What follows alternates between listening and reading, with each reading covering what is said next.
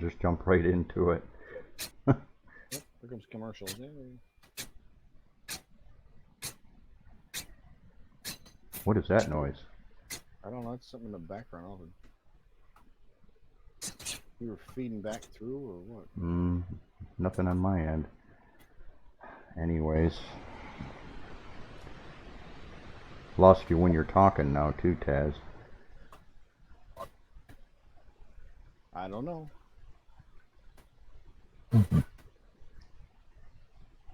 Hang on, let me see if I can refresh this. Sorry folks, had a software update and there's a little bit of technical difficulty. We'll get over it in just a minute here. Anyways, for those that are just starting to roll in, how's it going today? We can see you in chat.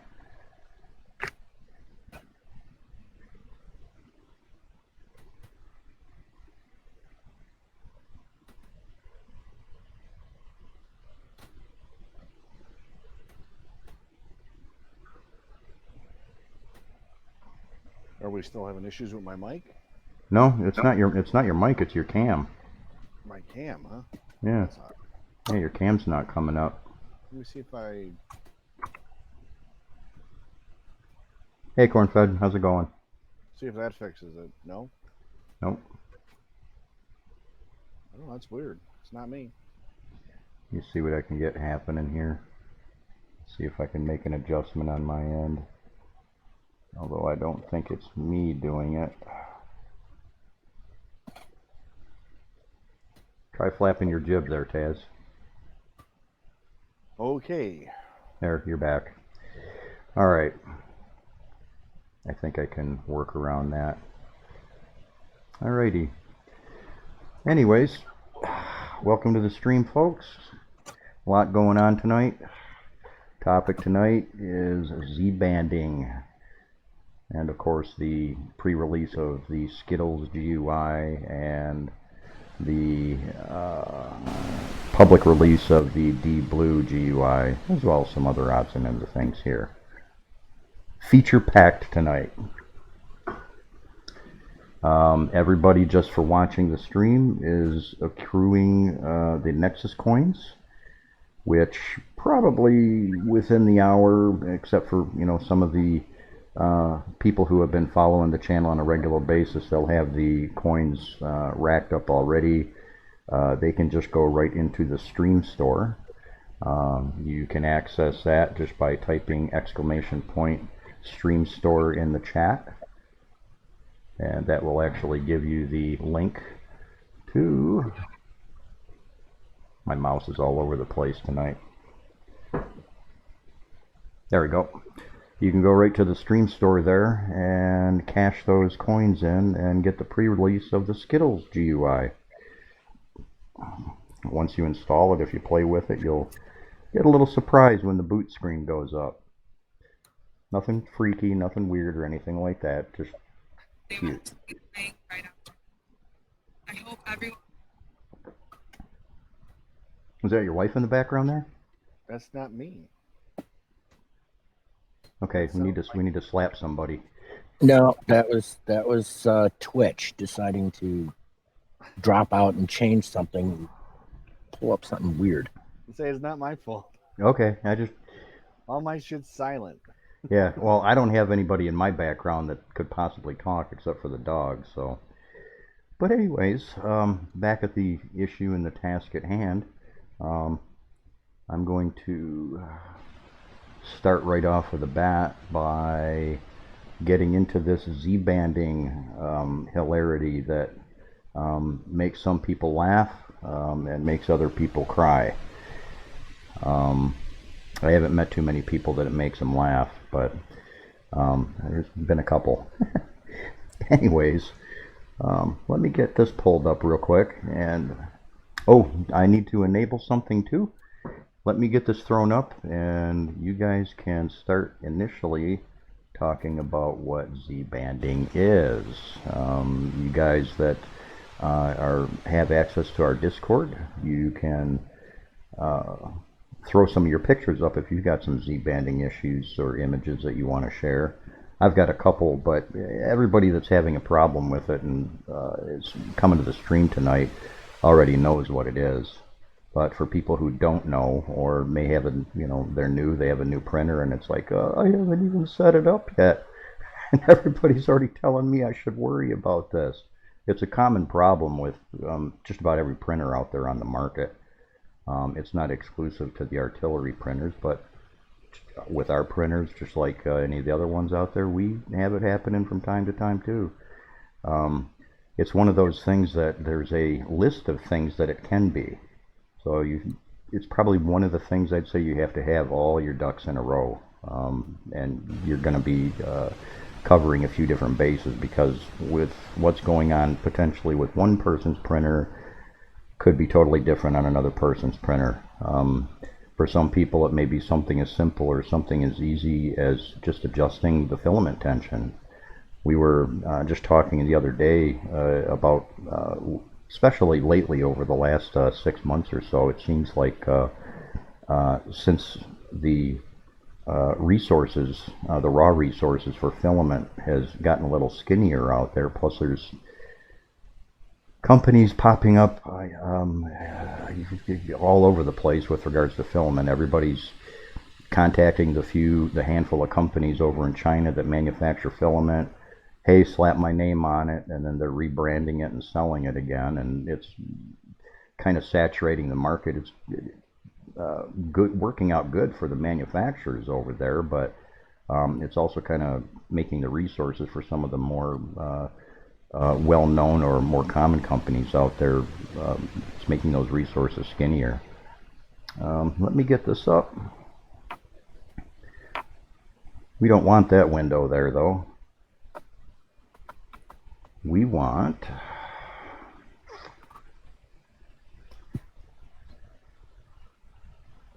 we don't want that one. We don't want that one.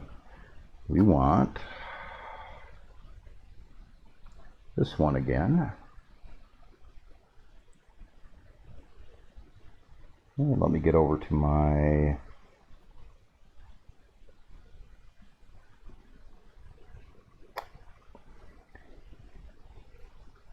and I'll start at the bottom. That thing that everybody, well, that's not very big. Yeah, that came out kind of small. Yeah, I uploaded the wrong image, and it's on a different system right now, but there you go. And the reason I uploaded this image in particular is because the Z-banding, Z-banding in this particular case, if you notice up towards the top of the print, everything is beautiful. It's wonderful. That right there is heat related. The reason why I know that's heat related is because I did that on purpose. That's one of the prints I was able to get pulled off before getting set up for tonight to show you guys.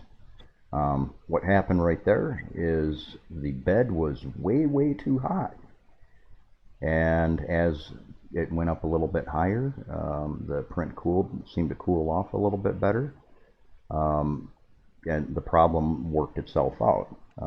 The second one that I have that I did not get the image of doesn't show that problem when I reduced my bed temperature down to something reasonable, like about 50 C. Well, Earl, the problem I have is I can't get anything to stick to my bed at 50 C or 60 C. I got to crank it up to 70 or 80. No, you don't. If you have the right bed material on your bed, you'll get good adhesion if your printer is leveled properly, and you won't have that issue. You won't have to run these extreme temperatures. Other filaments or higher temperature filaments like PETG, ABS, and things like that aren't really you're not gonna see this much of an issue with that, because we're also working with a material that inherently has a higher temperature range to work with. That's my findings anyways.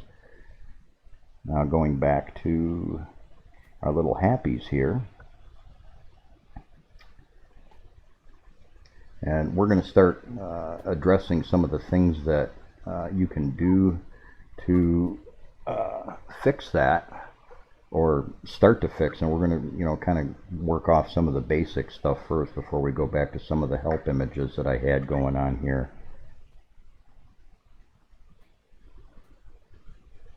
I don't know if Taz has any images laying around? Anything with Z banding on it or anything like that? No, I don't have nothing ready or that I have like set up for it. So Okay. Well, the printer that you're looking at on the lab cam right there, that's kind of stuck in a little workbench area right there between some of the resin printers. I was running out of room today. That's one of the refurbs that I got in to exclusively use for some of these mods, some of these fix-its, some of these upgrades and updates that we're going to be doing live for you guys in the future, as well as producing some of the videos for. I've done everything I needed to do on all of the farm printers and the lab printers.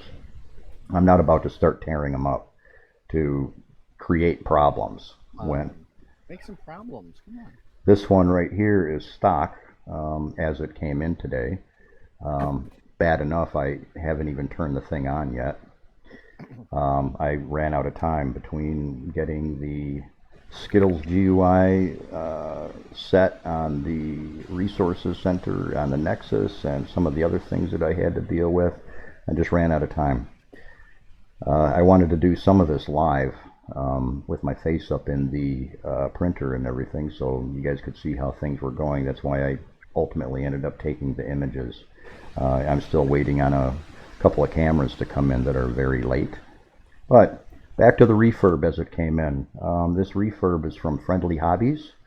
A shout out to these guys in one respect, and a shame on you, slap your wrist in another. The printer, when I got it in, the bed was like, I thought the bed was destroyed. It looked like somebody sanded it down with sandpaper or something, or they left a bunch of glue on it, and needless to say, regular soap and water wouldn't take it off. I had to refresh the whole bed with acetone first, which is perfectly fine to use on this. Just don't go crazy with it. I basically refreshed the bed with it and then went over it with alcohol after. Don't touch anything plastic with it because it's going to eat it up. Acetone likes to melt plastic. So Yep. just the bed. Don't put it by anything that's plastic that you want. Get that out there. Yeah, 3D creations. I had to clean mine up with. It took a little bit of elbow grease with acetone. I'm aware of how these beds are put together on a composite level, and I knew the cleaning with the acetone wasn't going to hurt it. Hey, Roxas. Great. Glad you're printing with it. Yep. Anyways, back to this guy right here. The little goodie bag, the little black happy artillery bag that everybody likes putting their herbaceous in and everything when they're not using them for parts. That normally has all the extras like the 30 pin and 20 pin extra ribbons, the extra nozzle, the other miscellaneous parts, the wheels. And who knows all else what artillery's throwing in there additionally now. The USB, that was another thing. None of that was in the bag. There was a couple of the replacement wheels, which normally the last batches of printers that I got in, they had 6 in it, I believe. You at least get a nozzle, and aside from the few screws used to assemble the printer at the base, which were just thrown in the bag loose, which with the LED module, which was not in any package, it was loose in there, and half of the pins were bent. So the like I said, there just wasn't a whole lot of happy. No manuals, no nothing. Like I said, I haven't turned it on yet. The printer in and of itself, it was dusty. It looked like it had been sitting in a shop for a long time somewhere, and they didn't even wipe the thing off. So heads up to you guys. I'm trying not to bitch slap you guys too hard, but you got to do just a little bit better than that. Refurb or not, That's no excuse for not getting the replacement parts in that normally come with the printer. So on, so on and so forth. So you didn't get any ribbons or anything with it? Nope. See, that's kind of messed up because you might need one of those. Just about everybody, me. Well, Roxas, you should have. Artillery provides with all of their printers. They provide one spare of the 20 and 30 pin cables. Yeah, I'm not very pleased about that. So let's hope they listen to some advice and step their game up a little bit. It's neither here nor there as far as I'm concerned. I got 8 wheels in both mine. Even I might have, it's been so long since I opened any of the bags up because I haven't had to use any of the replacement parts. I had an extra nozzle. I had the LED that was actually in a package. The extra LED. What else did I have in it? Yeah, PC load. Binding tape, which is nice to have too. The little strips of book binding tape was in there. That's one of the other things that was missing too. I'm just trying to go through it, and I'm trying to remember what I got when I got both of my printers. Yeah, it's been so long for me too, but needless to say, guys, you got to step your game up. So you need to pass the word along to those guys. First time I'm hearing about people are saying they're getting the smaller bolt and T-nut in a few of these now, which is kind of nice for the sensor. It just doesn't tell anybody what it's for. Well, between everybody, I'll see to it. Tracy may even be watching right now. I let her know. She mentioned she might stop in. We'll pass the information along, and just they're doing refurbs for artillery, and they need to kind of step their game up a little bit because it's not like they're losing any money on anything. It's they might not know what comes in the package either, because depending on what you get back from people. If you're a reseller, they supposedly do once-overs on their printers, their new printers, before they send them out. They should know what's in the bag. I'm not gonna suffer that bullshit. I've already seen enough of that on the groups today with other idiots. Just gotta give them a little bit of a break. Nope, that's not what we're about.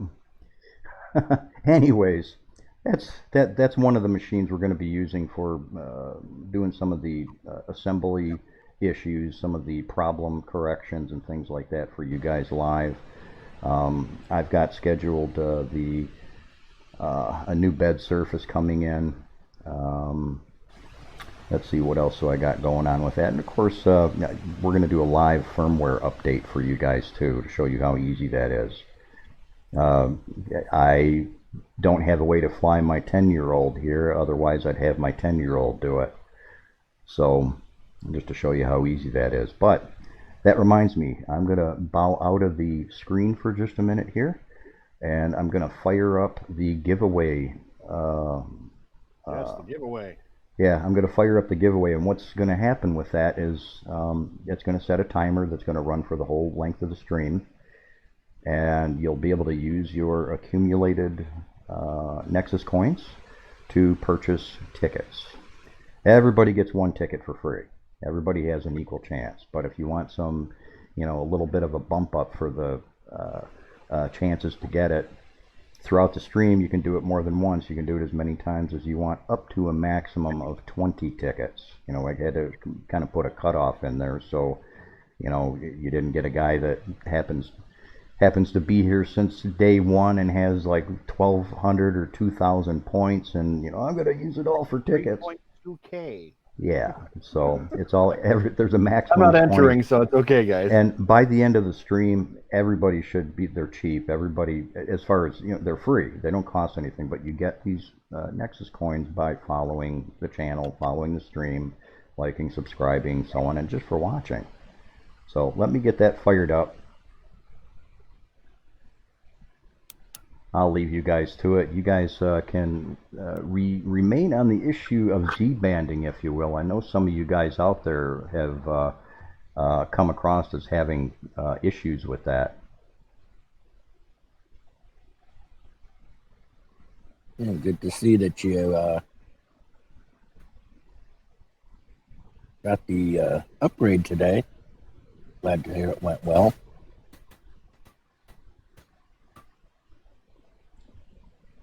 Roxas, DiBlue, that's the other thing that I'm doing in the background here. I'm actually setting DiBlue to not require a password anymore. It's still going to temporarily be in the pre-release section. So, yeah, like I said, just give me a few minutes and I'll get all that zipped up for you guys. And in the meantime, you guys can still talk along the way. I need to find my cursor, man. There it is. Yeah, the fun with Z-banding. Taz, you've been running a lot of different filaments and things like that lately with all the PPEs and things like that that you've been making. Have you kind of noticed what I have anyways, that filament quality can have a little bit to do with that too? Yeah, in fact, I've gotten some of the donation ones from like Amazon and a few other sources have been donating filament to the cause, and some of them have been just awful. Your mic's just a little bit low too, Taz. Haven't That's changed anything on you. I haven't moved, so I don't know. Like I said, it was some of them were good, and then some of them were just I had to actually put it on a different printer and change like my bed level and everything to get it to work right. So yeah, I've seen a lot of inconsistencies with the newer filaments.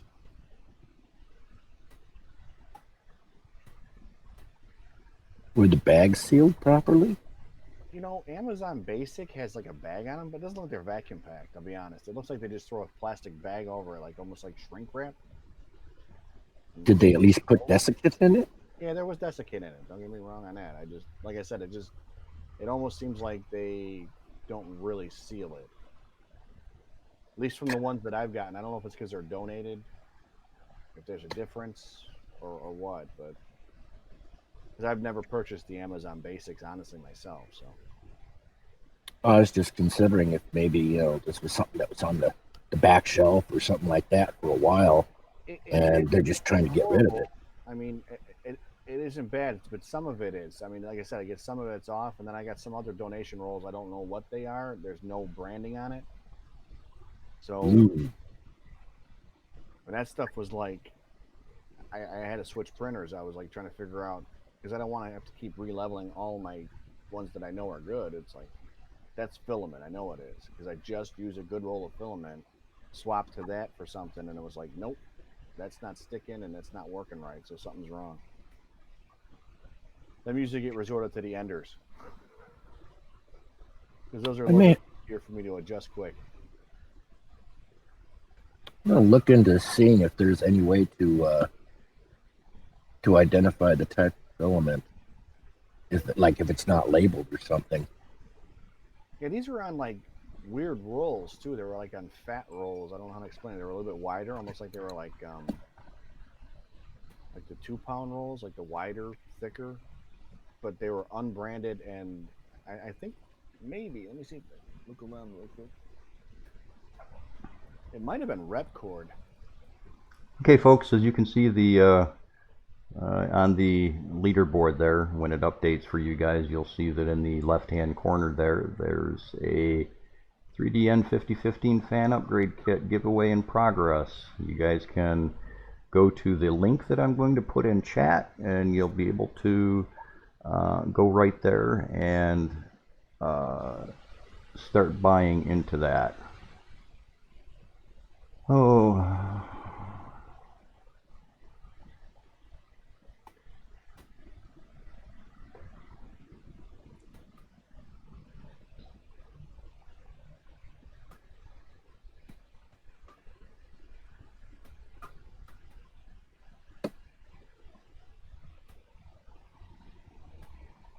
There are some ways of telling.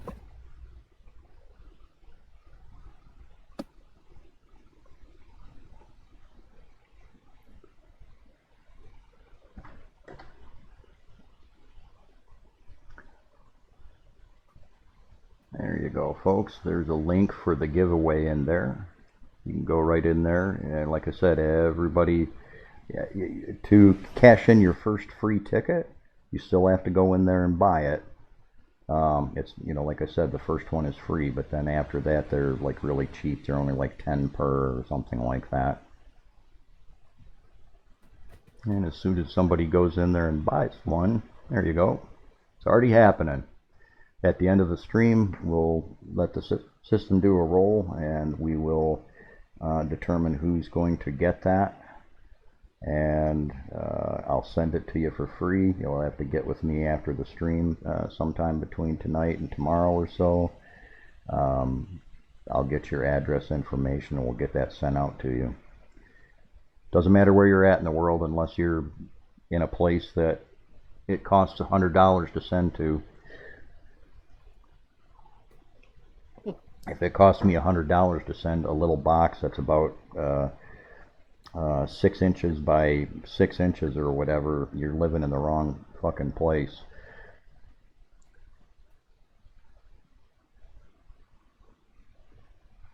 I know Hawaii's kind of expensive to ship to. Oh, the max amount of tickets is showing 10.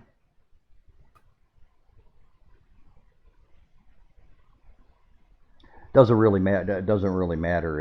Anything after 1, the way I have it set is it can go proportionately up to. I don't want to give those numbers away. I'm not going to tell you. Never mind.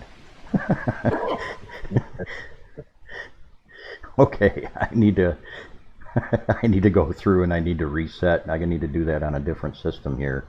I'm going to set the DiBlue to public so that you'll no longer require a password to download that. It's still listed as a pre-release, but nothing's changed. The Skittles GUI is also now up on the Stream Store. You can go there and use your accumulated points to get the Skittles UI if you wish. In the meantime, I got to run over to that other computer and take the passcodes off of the DiBlue, and I'll be right back.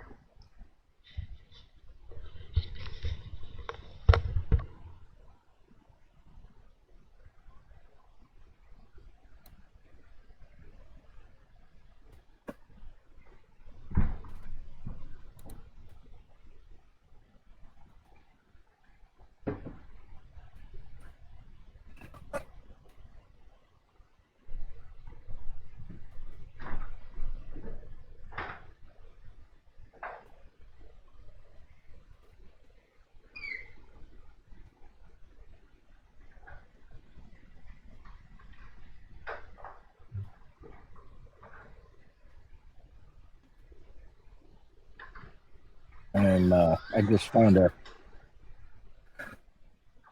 link here I'm going to put in the chat that is a way of telling or identifying different types of plastics when you don't know what they are.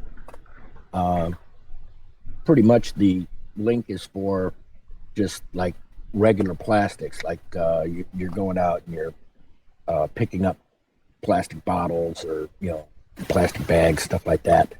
Things that might not possibly have the actual identity code, like they have the 1, 2, 3, 4, 5, and 6 on the bottom. But unfortunately, the codes that they use sometimes don't get into specifics as to which particular type of plastic it is. Like there's, a couple of different types of PVC, ETE or PET, which is the polyethylene terephthalate. I can say the chemical name easier than I can do the acronym. But yeah, that'll give a fair amount. And then, of course, they've got the miscellaneous plastics, which, of course, are the ones that we usually do. Polycarbonate, polylactic acrylic, polyactide acrylic, butadiene, which is one of the things in ABS, nylon. But it at least gives you a little bit of a possibility the main things are how the different plastics are distinguished. You know, there's they are hazardous. I mean, they do involve flame, heating, burn, what it smells like, whether it floats. Some of them are like touch and sound.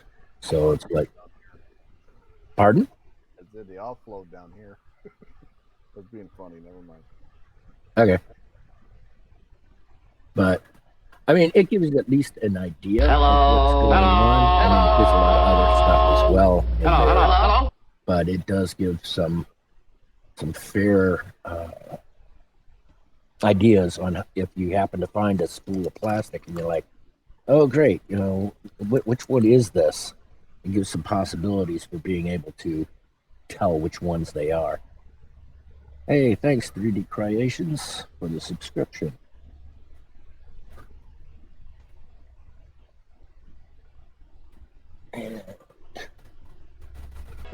Anyway, you want to talk swap how Z-banding can occur? You know, what kinds of things might cause it? You can just swap one and then the other. I'm not sure where you're going with it, but Well, I mean, there's a whole bunch of different things that can cause the Z-banding. right. You know, some of it is the actual. You know, the outer round filament, the missizes, that causes it a lot. Right. So it's out of spec, and you don't realize, and you start seeing the weird banding in only small sections of your print. That's normally not something wrong with you mechanically, something wrong with your filament. The other one is obviously the Z axes aren't installed correctly, or they're out of alignment on a dual Z. Yep. A loose carriage can do that too. People don't realize they didn't tighten that lower eccentric nut, and it's got a little bit of a rot to it while it's printing, and it catches it just right. You're a little banding. Yep. So there were a few things that you could probably say. I don't know why my mic dropped down, but Yeah.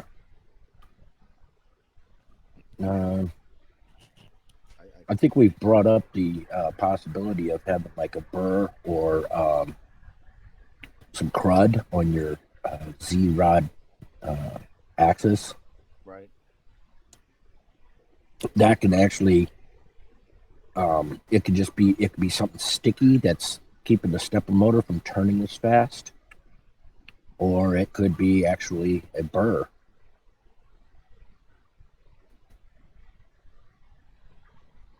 At least both of them are fairly easy, and you get one of those.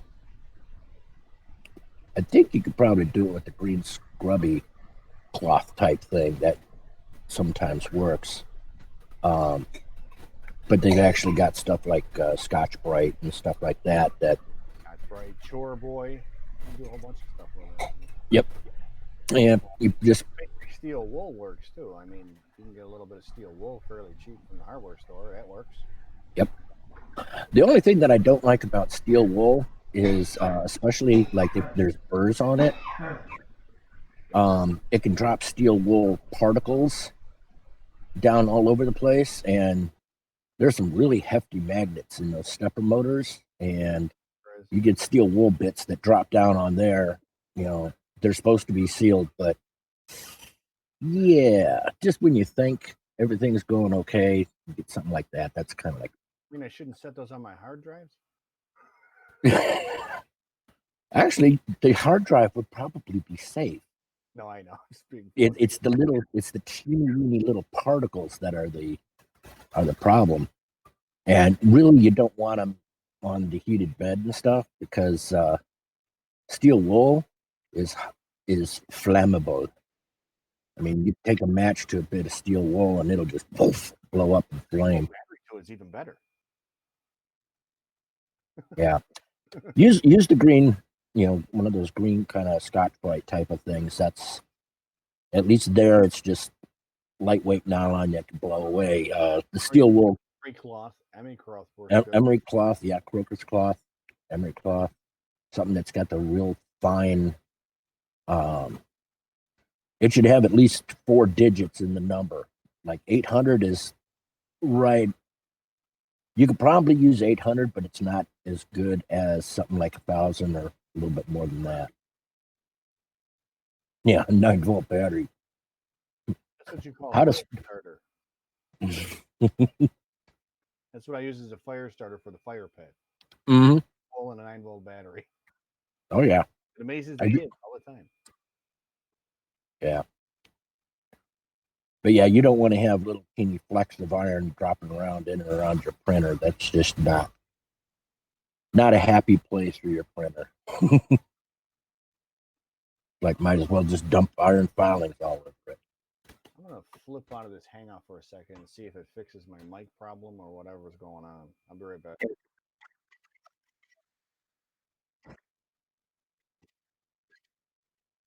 Yeah. All right, I don't remember adjusting anything, so. All right, I'll be right back.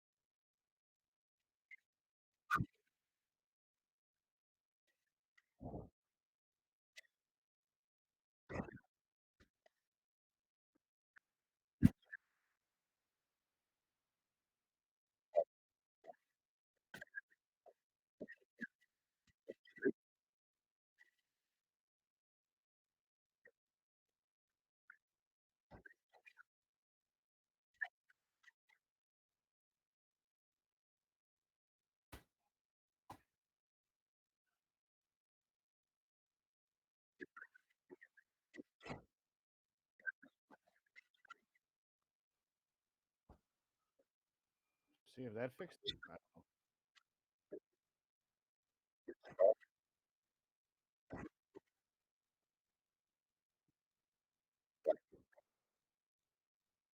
don't know. Spoilers. Oh, I know.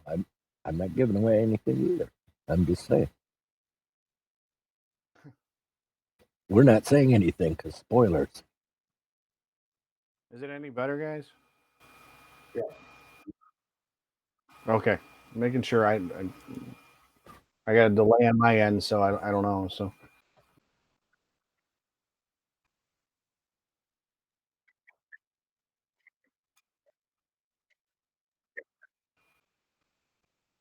and all my wonderful commentary didn't go through. You see how horrible that is?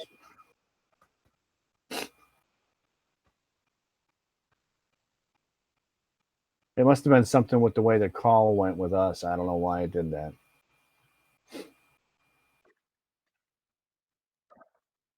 But that's wonky every day. So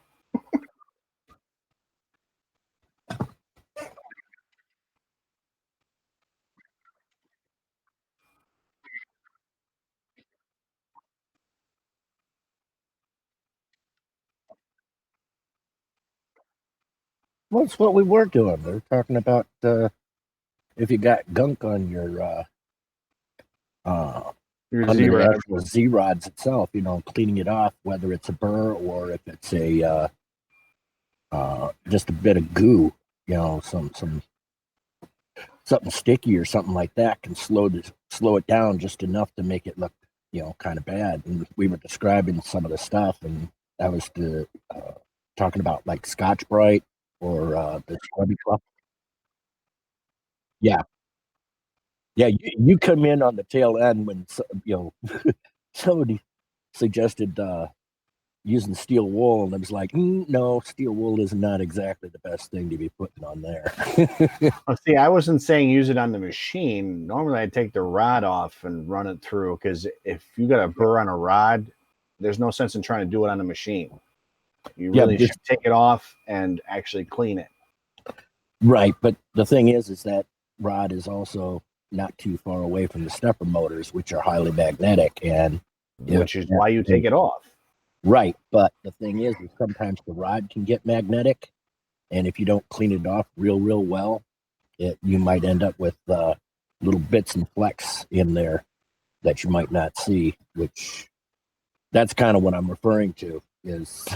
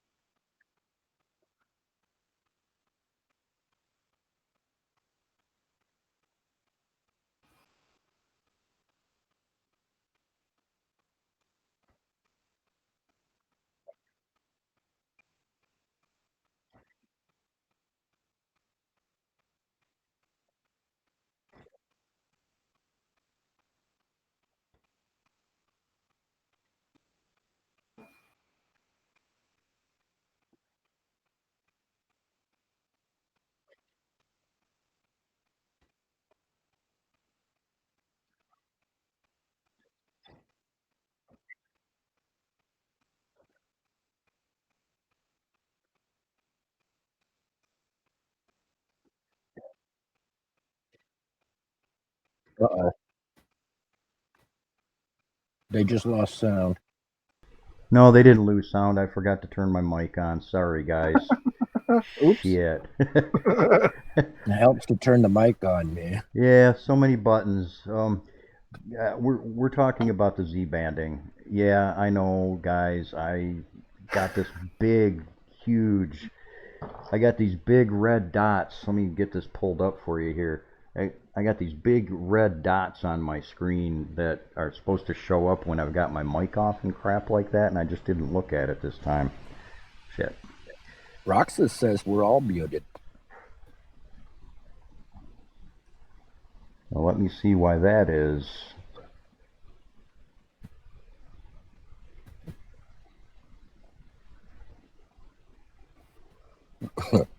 We're looking. Roxas says it's fixed now. Okay, sounds like we're back. Well, that's awesome. Cool.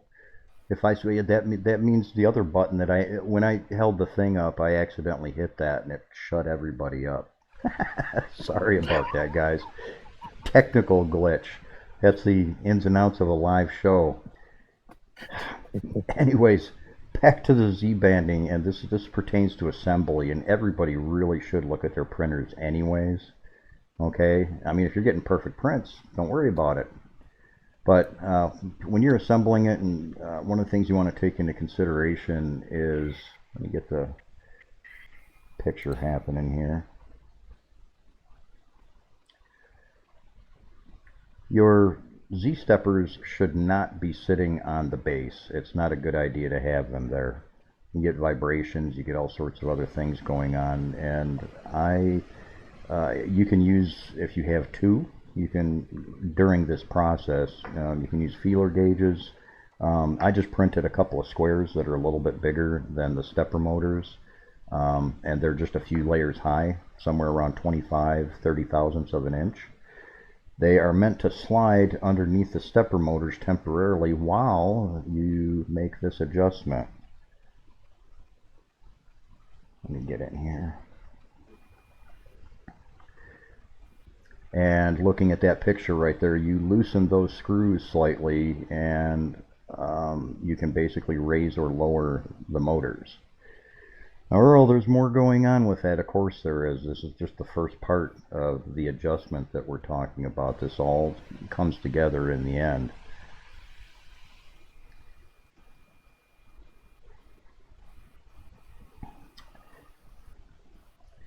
All right. It's my understanding, I haven't checked this version 4 because, like I said, I didn't even get a chance to look at it after I pulled it out of the box this time. Someone told me that Artillery is now including O-rings between... Yeah, I didn't get you those. Okay. I never did either, but this was something that I've done for all the printers ever since I've used them anyways. And the concept here is everything is, pretty much self-explanatory. You've got your Z-rod and then a O-ring. You've got your coupler and then the stepper. Now, after you've made the adjustment, and when you're adjusting the height of the steppers, it's easier to actually loosen everything up first, so you can, raise them and lower them to make sure that they're both equal height. The next thing that you want to do is loosen your coupler up, and let me get this other image up here. I'll be putting together a direct or a specific video. The only thing it doesn't show, and which I have to tell people all the time, is you want to make sure that coupler doesn't go all the way down to your stepper, number one. Well, that's the next image that I've got up on the screen right now. I'm going to be releasing this STL. You'll have to adjust it yourself, and the reason why there's no STL up right now is because there's a few different versions of couplers out there right now too. Right. The picture of the coupler that you're looking at right now is what Artillery had included on a majority of their printers through somewhere during version 4. The new ones have a single split, and I have not had a chance to check them for height to see if they're the same height as the others. Regardless, the STL, and you can kind of see my cursor here, the STL, and I mean, you can make this yourself, and the whole idea behind it is it's just basically a plug that you can put in, and measurement. That's measurement number 1 right there. You want to use a set of calipers, or if your eyes are good enough, you can just use a steel ruler or whatever. Measure the distance to where it's just shy of halfway down. Okay, your coupler that you get in should have a stop point for the smaller shaft. It should only go up so high. But what this is going to do, if you leave it too loose, you can pretty much put your coupler all the way down to the base. And I've gotten a couple of printers in from people that they literally had the coupler sitting right on top of the top of the housing right there, and there was like barely anything in here for the Z-rod to grab onto. The idea, or conceptually what you want, is roughly that halfway point, just shy of it, for the stepper motor shaft, and then you want that O-ring in the other image in there, and then you basically want to have the rest of that room left over so that the Z-rod sits comfortably, not squished, on top of that. And just printing this little STL right there, what you end up doing is you end up dropping that down, and you measure that distance of where the difference in the internal or inside diameter of this is. By having that right there, you're going to ensure that your stepper shaft isn't going to be too high in there. You can do it by eye, but the idea is you want to have it equal on both sides. That's what I was kind of leading to here. By printing this little STL up, you're guaranteeing both motors, both shafts, are sitting at an equal point on both motors. So at this stage, we now have the motors sitting at the proper height. We now have the coupler sitting at the proper height. You drop that O-ring in, and then you can put your Z-rod in, and then tighten it down. And then next,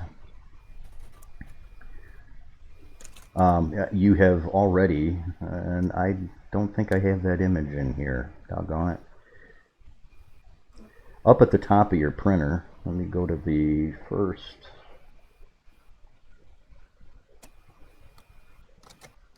Hopefully this is the right one.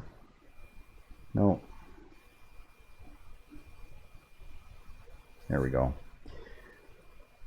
Up at the, and yes, you should see my mouse, or maybe not see my mouse. Up at the top of your printer, you've got your two brackets that hold both the rods in place with a bearing, and you've got that Z belt that runs across the two. After you've done everything at the bottom that I was just explaining to you, you can then and therefore now faithfully tighten those two gears at the top of both of those rods, and then tighten everything else down. So what you've basically done, as close as you can get at this stage, you've got pretty much both of the rods and everything all really close to being in sync. In very rare situations, I've had to loosen one of the rods just a little bit and just turn it a quarter turn. Okay, and if you basically put both rods together and kind of twist them and turn them, you technically, if you want to micromanage it and everything like that, you want the threads pretty much right in the same spot. But once you've done that, that solves that part of the issue. You can then and therefore go on to the next thing that you're going to want to do. Let me get that up on the screen here. Like I said, I'm going to put this all together in an article and on a video for you guys, so you'll be able to go back to it and refer to it. I'm also going to mark the section in the stream where we're talking about this, so people can go right to it as well. People notice that I did a few of these here too. These are for example purposes here. I grabbed a couple of blocks that I used a set of calipers on. They are both exactly the same height. After you've done that, go ahead and drop them down and just look at your X gantry to make sure that your X gantry is sitting evenly across both sides. More than one. Switched over. Pardon? Yeah, I don't think you switched over to show what you're talking about. You're kind of clicking on us right now. Oh, so I'm looking. Never wait all day to eat, folks. Let me get you going up here. I didn't want to interrupt, but you were like not showing No, anybody. in that case, yeah, in that case, interrupt. I was getting the mouse all over my face. I was like, it's All right, yeah. Sorry, folks. I'm tired today. I've had a really long day. A lot of different things going on. This printer, this refurb was supposed to be here earlier this week. It showed up like 5 days late, 4 days late. The tracking on it kept flipping from one day to the next. And then I expected to have a couple of days to work with it so I could prepare a little bit more stuff for this. Yeah, that is something good to mention too. Lead Hacks mentioned not turning the motors by hand too fast. Yes, for those of you who have other, yeah, for those of you who have other printers, you may notice this if you've ever kind of wiggled around with the Z motors a little bit, or moved your bed back and forth, and you notice that you get a flickering happening on your LCD screen. That's because you're sending juice back to your printer. Don't do that. Better off is they've actually got the plugs on the back of the motor. Pull the plug on the motor, that way it's not going to feed back. It's a lot easier to do that than going in and having to replace a screen because you got a voltage spike. Or other things. Yeah. Yeah, that's Rox. That's who I got the refurb from, and I'm still looking it over to see if it's functional or not. We were talking earlier about just unpacking it was a little bit of a chore. Anyways, what you're looking at in the image right there is for demonstration purposes. I grabbed a couple of blocks that I know are exactly the same height with a set of calipers. And you can then lower your X gantry down and see if they're even. I've got more than one printer come in that the X gantry was off a little bit. In which case, how you can correct that is you got to go back up to the, and after you've done everything that we've already previously discussed, if it's going to be off at all, it's just going to be by a little bit. And a very little bit. So you just need to loosen those bearings back up at the top, the brackets, just loosen them slightly. And then loosen your, on one side, the side that's higher. I guess it really wouldn't matter which one you decide to do that with, but just loosen the grub screws on the bearing on the top and just turn the shaft, the Z-rod a little bit until the side that is too high lowers down that little bit. Once it's in place, you can tighten that grub screw back up and then tighten the brackets back up again, and you should be good to go. And this will also kind of give you a little bit of an indicator of where your bed is at as far as level goes. If your bed's like way out of whack, you're not helping matters, and by not having that set to begin with. So the other thing you want to check, the part B, if you will, is, I'm going to show you that image right there, and pop another one up. And like I said, the blocks are just for illustration purposes. These blocks are way too short for the application that we're using them for here. I actually have a couple of brass blocks that I couldn't find out in the studio right now. That I use that are high enough that we use for doing that on other printers. But the whole idea is you also want to do this with the base, like so.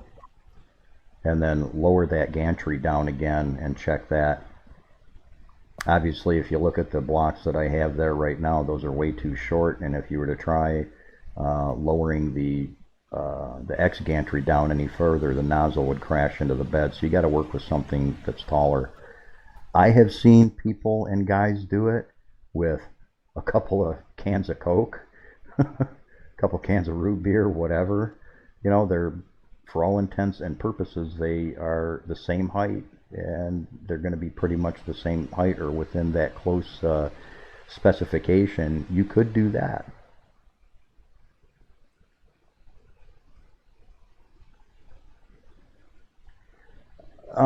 Lee, I prefer leveling from the base first, and because on my printers, when I'm going through and assembling them as part of the process, um, I take and I actually compress all of my springs, and I can pretty much eyeball the bed being level to begin with. So if it's really close, this is after the fact, after you've been goofing around and after you know that your bed is level and things like that, and after you've done this part, the blocks, leveling the blocks from the base, you can then move it to the bed, and that'll kind of just give you a quick indicator. You won't have to adjust your X gantry at all, but that'll give you a really good indicator of how your bed is sitting with regards to level 2. It's just one of those things that you can lock back in your mind, and something that, well, oh God, this is like way off. If it's way off, you've got something else going on, and in which case I had one printer come in that the eccentric screws nuts on one side were stripped, and they were digging down into the Y carriage so much it actually offset the wheels a little bit. The wheels were sitting maybe 1/16 of an inch lower on the right hand side versus the left hand side. Most people shouldn't encounter that, but as a machine operator, machinist, and everything like that, you kind of look for all of those things and want to cover all the bases. When you've done that, you can be confident that it's like, hey, I've checked all that and everything's good and kosher there.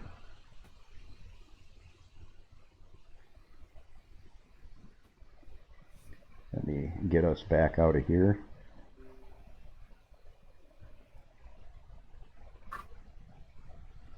And I did mention early in the stream one of the Z banding issues, and I did this one. This is the only one I had time for right now. I'll touch base a little bit heavier in the videos in the future. This one right here, it was done purposely, and I created that issue with heat. That's just I cranked the bed up real high. I set it up to 80, and that's what happened.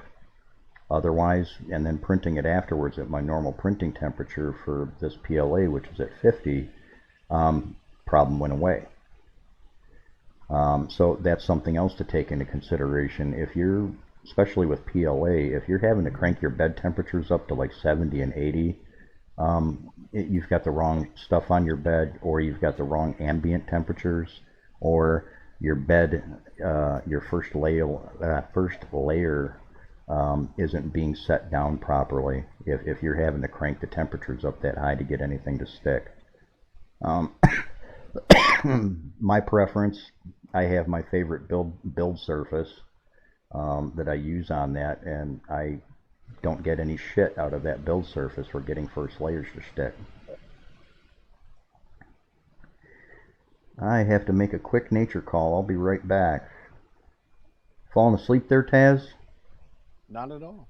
Just not gonna interrupt when you're on a roll. So. Well, I was doing it to you last week. Yeah, I don't know. Okay. I mean, we were talking about, setting it up, and like I said, we kind of glossed over it a bit with your little STL that you were coming up with.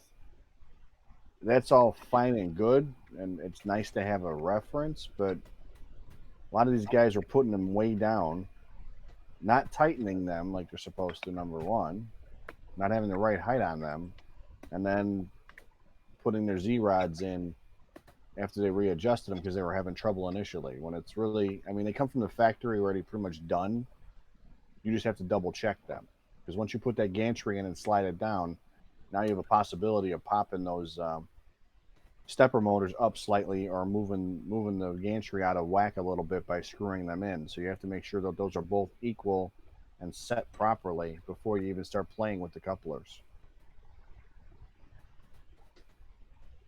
Yeah, That's how I roll. case point one, and I can't even remember which one it was. It might have been the first one or the second one I got in. It's a number of artilleries ago. One of the stepper motors, and this is direct from the factory, one of the stepper motors was sitting on the metal base, and the other one was almost 1/8 of an inch high. Okay, and 1/8 of an inch to this stuff, if you guys are all aware of that, is really high. So, anyways, my nature call. I'll be right back. Yeah, you're right. You shouldn't have to heat your bed technically for PLA. A lot of us like to. I know I like to, but I remember my first printer didn't have a heated bed, and it was different. It's nicer to have a heated bed, though. I mean, it makes it easier.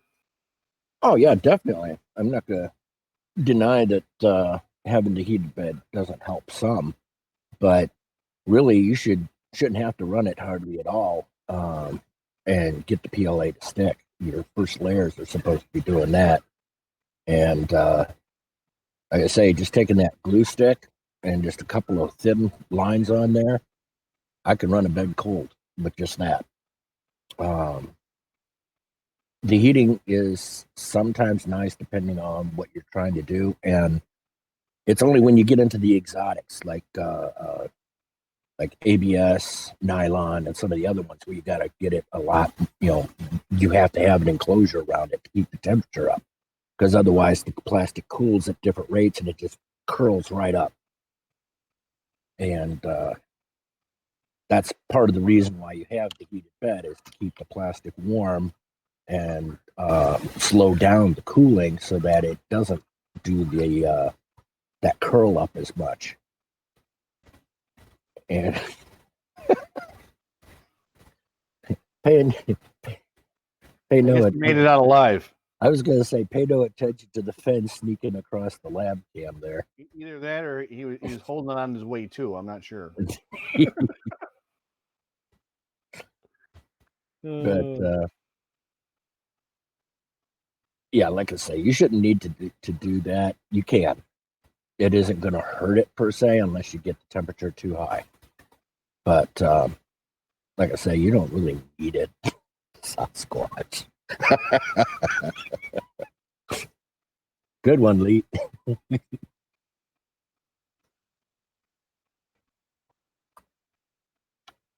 But yeah, but checking those, and like I said, they didn't put O-rings in the versions that I had. I actually did that myself. Yeah, I mean, that's something that's kind of. I never thought about telling anybody to do that. I don't know why. I just thought that people knew how to do that, and I never thought about saying, "Hey, pop your Z-rods out and put some O-rings in there," because that'll give you just the right amount of space, which is actually pretty good. Well, not only that, but it also, I mean, you have two issues going on.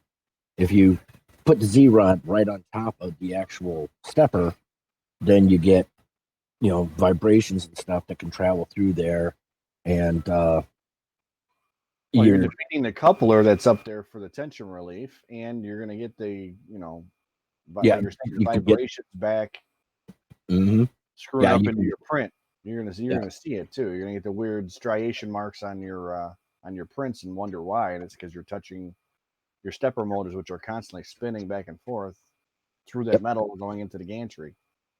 But then again, you also don't want to get too much, because a lot of most of the couplers now are that kind of a springy one. And so you don't want to get, as the thing's moving back and forth, you don't want to get that too much compression bouncing up and down on that coupler, because that can also cause a little bit of problem too, which is why the rubber O-ring is very good for being in there, because those type of couplers were originally meant for, hooking up motors to, I mean, it's kind of the same situation, but they weren't meant to take out any slack. They weren't being used in applications where that particular precision was needed. It needed to have a little bit of flexibility, so if the motor and the stuff were offset from each other a little bit, a little bit angled one way or the other, or slightly offset one from the other. That's what that was. Those couplers were originally meant for, was to alleviate mismatches.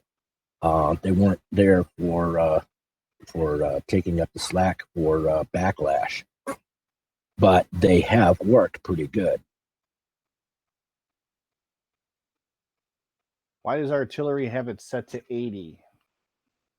Well, my understanding is probably because most people are new and they want their product to look decent and stick right away on the first print. So they put it up to 80, so it pretty much melts your first layer into the plate and keeps that block steady so you get a nice successful print. That would be my guess. I haven't talked to anybody that set it up, but it's just way too high. There's no reason for it.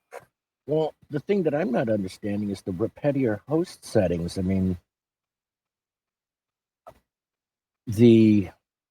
I'm presuming that you're Hey, Billows. that you're getting the repetier host. You're just downloading it and stuff. And I mean, where are you getting the settings that the default bed setting is 80 for the That's on artillery? the pre-sliced cube. The pre-sliced cube already has all of that stuff already done, and they set it up with 80 degrees for the bed temp on the initial layer. And like I said, I think it's more to, in case you're off, it's going to grab that filament and grab it into the plate. Yeah. What they're looking Okay. to do. And that's basically for new people to get them to feel good. They got a first print out and make it look good. That's why they do it. It's just a matter of it's masking any possible issue you might have with your initial setup. Oh, until you get it adjusted. Right. So that's their line of thinking. Because you ever notice a lot of people get beautiful first prints off of it using that cube. That's why, because they crank the bed up and then they let it cool down as it's going through, and you don't get as much play. And usually the cube turns out really nice. But then people think they need to crank up their bed to 80, and you really don't want to do that. 60 is more than enough for PLA. Well, not only that too, but when you start getting into the higher temperatures, like the 80 and stuff, you exacerbate. There's a thing called elephant foot. Whereas, if you're trying to build a cube that's got square sides and stuff, if the bed's too hot, it sits there and it kind of warps out a little bit at the base. So you actually your first layers are actually a little bit wider than the rest. Right. And I mean, it's usually only one layer or two. For instance, if you use a raft, you wouldn't even notice it.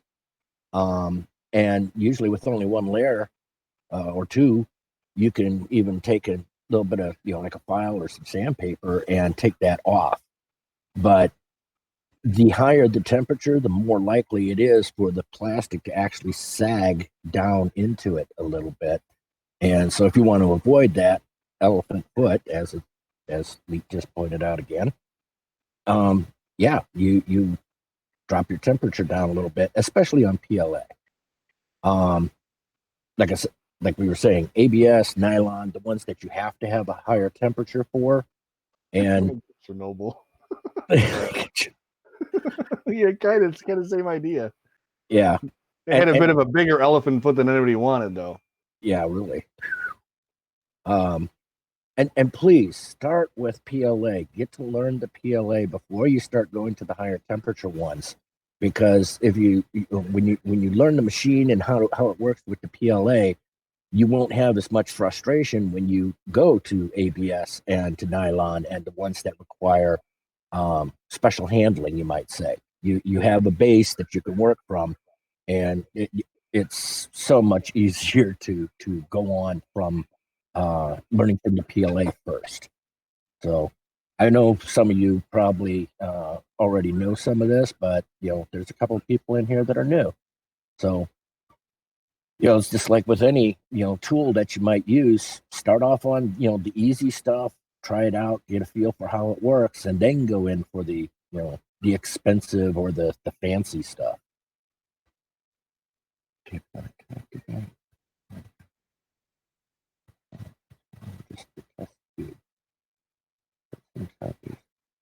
Yeah, I don't know where you got those settings from, but actually downloading from the 3D Nexus website would be the better option, because Earl has dialed all those settings in, and I mean, I did my own initially because I obviously didn't know Earl when I first got my printer. And I went through all of those, and he pretty much is in agreement with how I set mine up. He found a couple more tweaks that I wasn't aware of, which was kind of sneaky, but Well, now he's doing it in Cura, though. You know, Nocturnal's talking about Repetier Host, which is a little bit of a different beastie. I don't think we have anything for that on that 3D Nexus site. repeater. I could be wrong, but usually you're using Prusa anyways if you're using repeater. So it's still in the same realm. I mean, it's still the same settings. Oh yeah, like I said, PLA is made. You don't necessarily have to heat the bed. At least that's the way that it's been. They started adding the heated bed. I mean, the original printers didn't even have heated beds at all. Most of them didn't. Only a very few, and they were very high end. And as the prices have come down for some of the heaters and stuff, they just started adding it to the printers just to make it a little bit easier. But PLA should not need any heat at all, or minimum, if you do. So yeah. So Mark, honestly, that's a baseline for everybody. He puts them at 50. You can get away with running them up higher. I run mine about 100.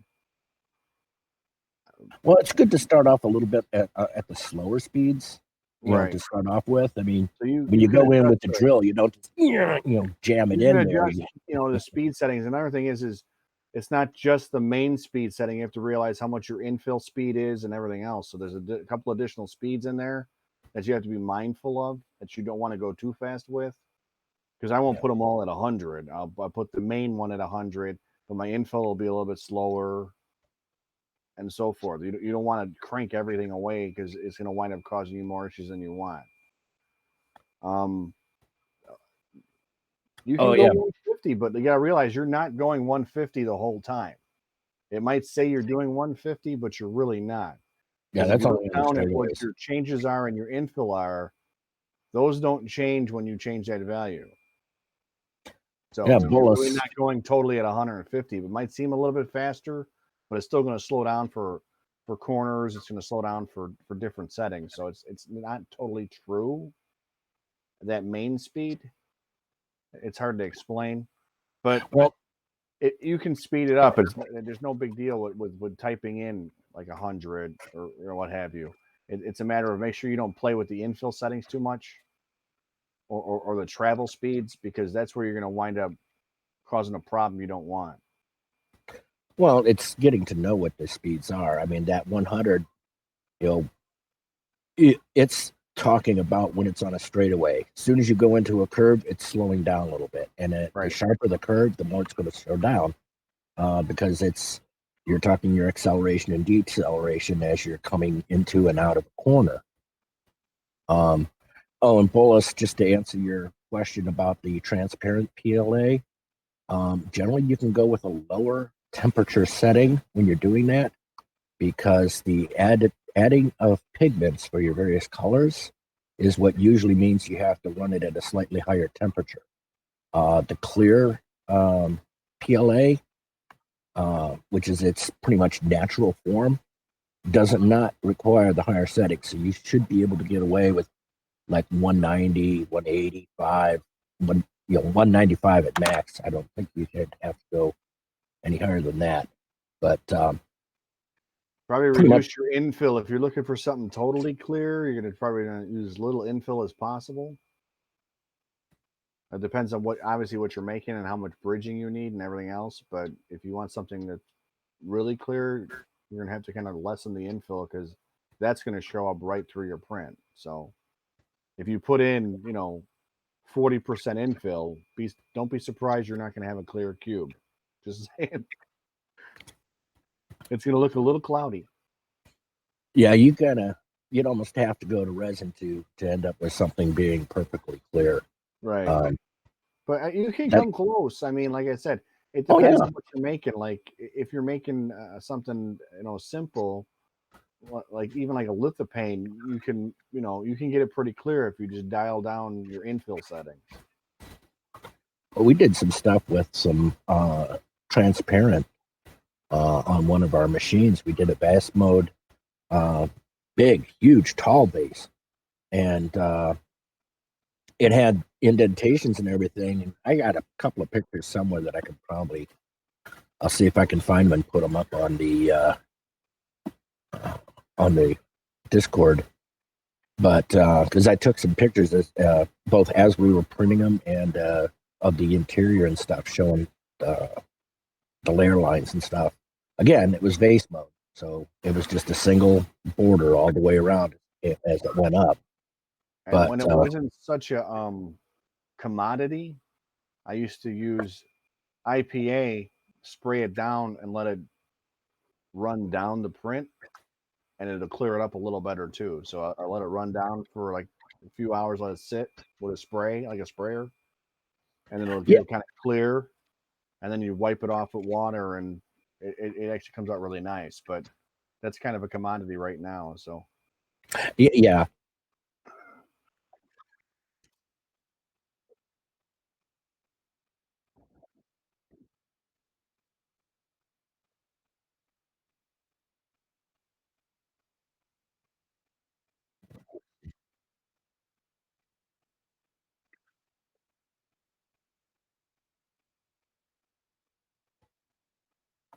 Okay. So we're gonna go to the giveaway and put the screen up for you guys in a minute here.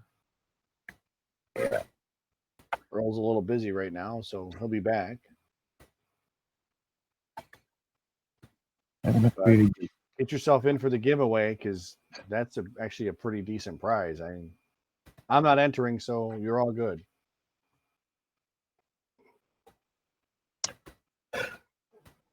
Okay, Nocturnal. Now, this is dependent a little bit on what you want to do. We have taken some of the printers and replaced the springs entirely with the silicone. No, gosh, I can't think of the term now. The spacers. No, it's the circuit spacers, like what they use for keeping circuit boards off of. That's Delrin, isn't it? Standoff. It's Delrin, right? It's made out of Delrin. Well, they can be made out of brass too. Oh, okay. I have no brass. Kiss my brass. But you have no brass. Yeah, we've actually done that with the standoffs, the spacers, where we just took I think they were like 25 or 30 millimeter, about halfway through.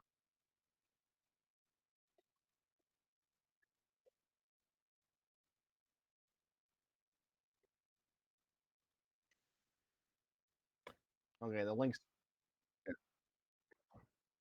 up in the stream to enter. I don't know if you guys are seeing it or not. You should be by now. You should see it. We're delayed a bit, so.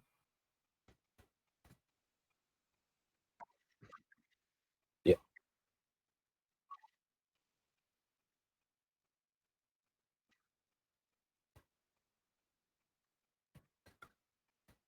Yeah, transparent PLA.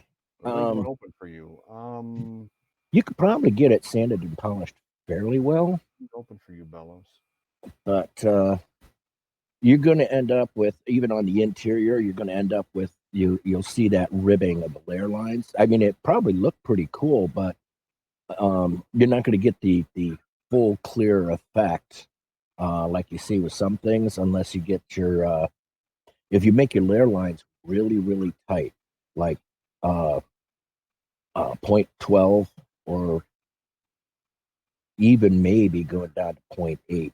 But 0.8 is going to take a hell of a long time to actually try and print.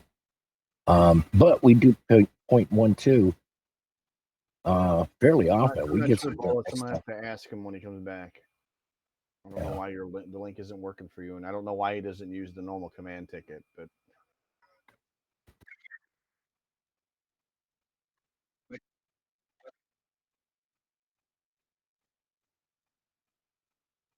I guess he says you can use the normal command ticket and get it, so.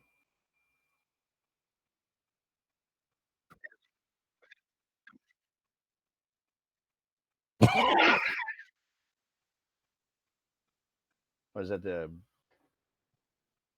exclamation point ticket?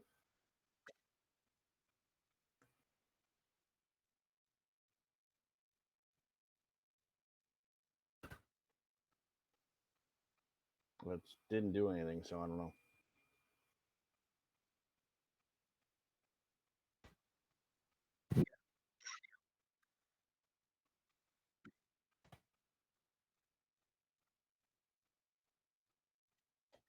I think there's a problem right now. I don't know. It might be just him. I don't know. But depending on where he's at, maybe.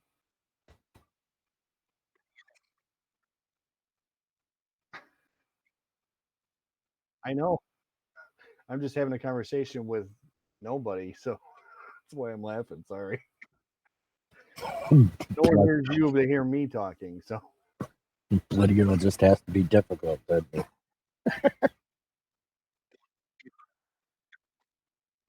yeah, see, Earl's speaking through me, metaphorically. I'm just talking back. It's okay. It's like someone in my head. It's all right. Oh, all the fun with trying to figure out how things work.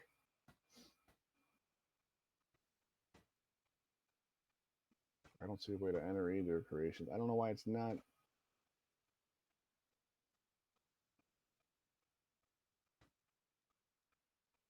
I'll click on the link. I don't know. It brought me to my dashboard when I clicked on the link.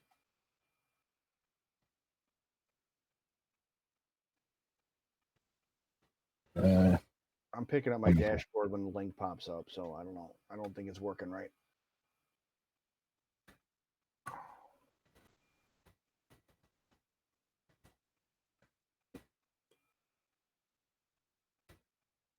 Here, let me try that. Yes.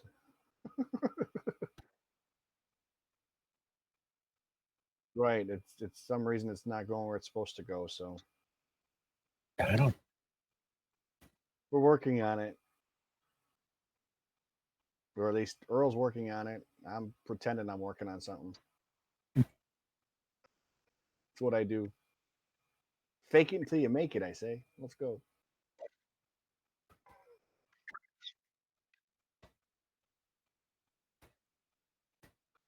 Yeah, but when I scroll to the bottom, it doesn't print.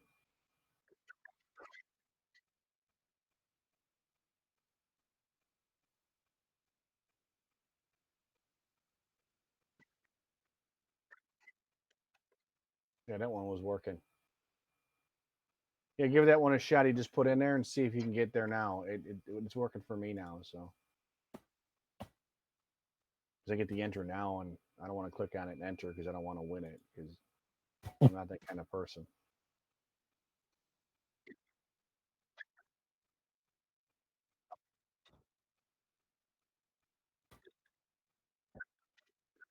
Okay.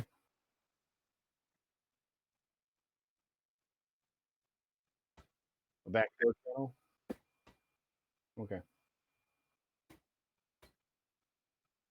So yeah, that one should be working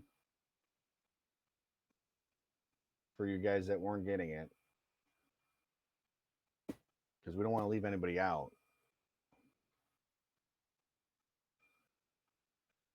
Yeah, it does give me a thing that says enter now. Not that I'm going to click it either.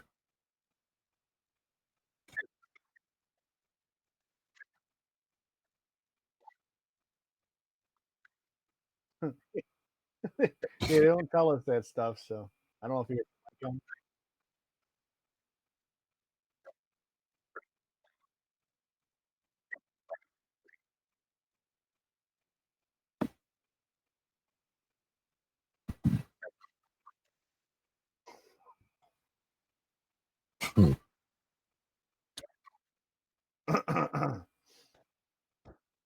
And of course, they wouldn't tell us about.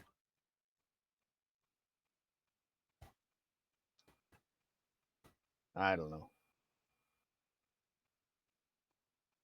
You're not getting the enter screen, Bolos?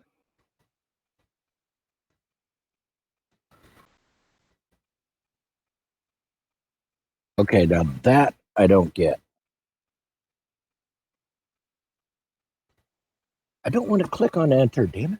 Yeah, I didn't want to click on enter and like mess up you guys with the contest. So I'm trying to. Well, I avoid- just refuse it anyway. Well, I know, but then we'd have to redo the giveaway. So that's all I'm looking at is I don't want to screw up the giveaway to the point where. Well, if it's pressed to enter, it might require that you enter a number of coins.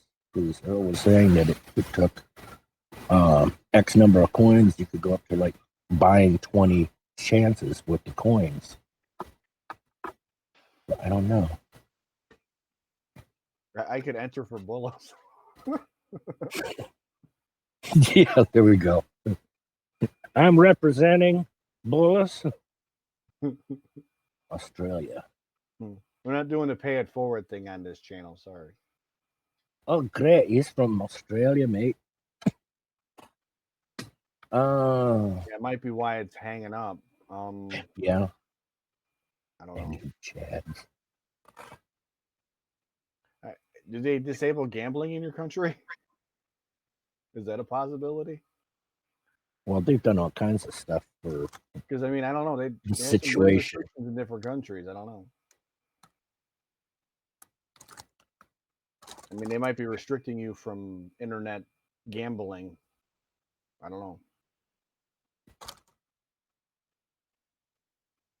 Even though you're really not gambling, you're kind of just entering a contest. But I guess they don't see it that way. I don't know. Depends on who's looking at it. Gambling's cool, but guns are a no-no. I feel for you. Wait, how about crossbows and arbalest? No, they can have crossbows. No, I mean arbalest.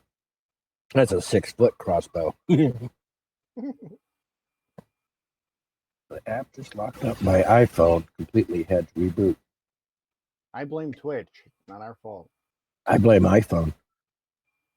Don't- Sorry, I'm biased. I do not like iPhones. When can't Apple went stand the proprietary, I Android. went, I had nothing but problems when I had my shop yeah, I don't. because I- nothing on Android wanted to work with any of my stuff at the shop. I don't know why, but no bow. What was there, crossbows either? I didn't know that. Ooh. I didn't. I knew about the gun laws, but I didn't know about the. No Well, I knew bows. about air rifles, but yeah, I'm surprised about bows and crossbows. That surprises me because that's kind of like, isn't that Aboriginal and stuff like that? I mean, they're gonna make those Well, guys now- do crossbows. Yeah, but I think the Aboriginals have different. I Different don't want to laws? say laws, but they have different things Rules. that they deal with. Yeah, Right. No, I mean it's like the American Indians here. They have some different rules because of Hey, don't step on a True. reservation because you'll find out the hard way the different rules. Aboriginals have spears. Well, yeah, but I thought they had bows too. I could be wrong. Yeah, I think they did too. Or an atlatl. Those are fun. Mike Hunt. Hate an apple. I am at good.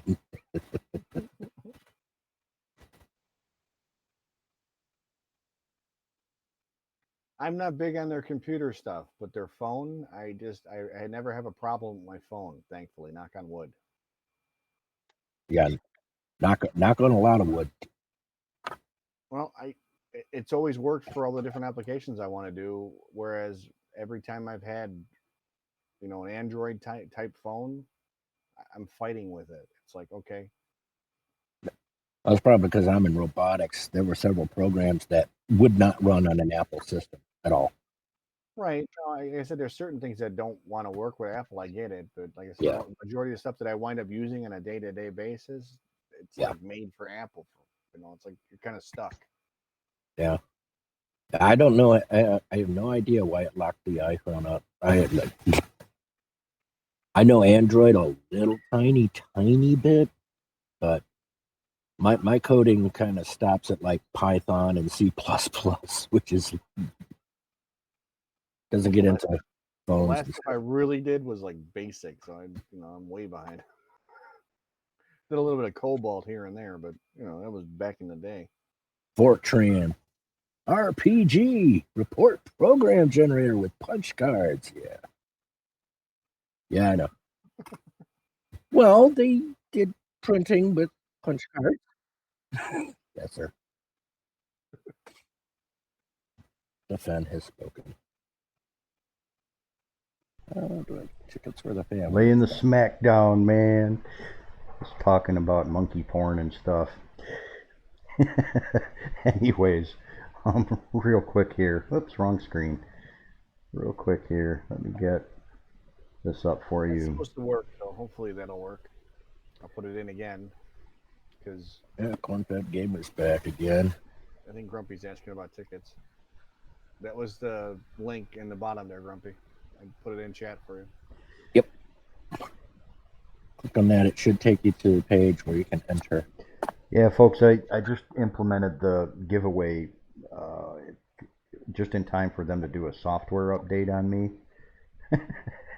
And it gave me a different set of links and everything, and I had it all programmed into the bot and everything like that. Apparently it was wrong. So, Fred, you missed everything. You missed the whole package, man. You're a day late and $1 short. Sorry. up on your screens right now, you'll see the Skittles GUI that I had mentioned last week. There is also currently it being available for pre-release on the Stream Store. That's the exclamation point Stream Store command that you can enter in chat to see that. That will take you there. With your accumulated Nexus coin, you can get that for your printer, and you'll get a passcode that you can go onto the 3D Nexus website and download the pre-release. It's going to be publicly released next week with the not mentioned yet next GUI coming out. I'll touch base on this too, since we are talking about the GUIs. People have asked me if I would support the Wagster mod that's out there. Yes, that's my intent. I'm going to carry all these over to it.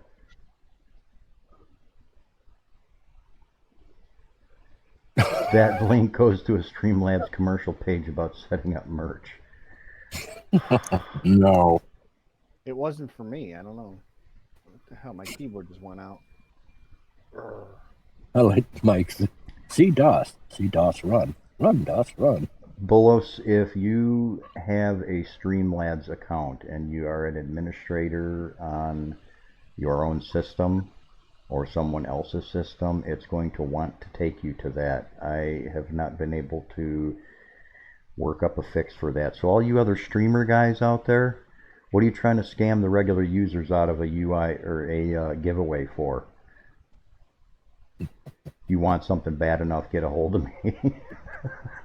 Anyways, additionally, I'm going to be retroactively taking all of these UIs that are released and bringing the factory default firmware up to date for the people who just want the pretty icons.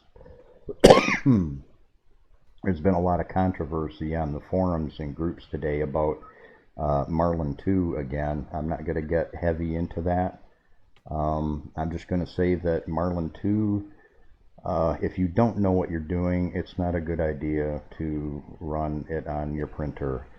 There's a few of the guys that are putting it out and they're saying, oh, it's running fine on my system, it's running fine on my system. That's fine if you do know what you're doing. If you start enabling too many features and things like that, you're going to run into trouble, and I'm going to send you right to them. That's like Forrest Gump. That's all I have to say about that. Anyways, let me get this other image up for you guys. DiBlue is formally released to the public on the Nexus website. It is still in the pre-releases section. However, you no longer need a passcode to download it. You can download it for both machines and have fun with it. Skittles will be released next week, Friday, publicly during our show. So you get it pre-released tonight with the Nexus coins.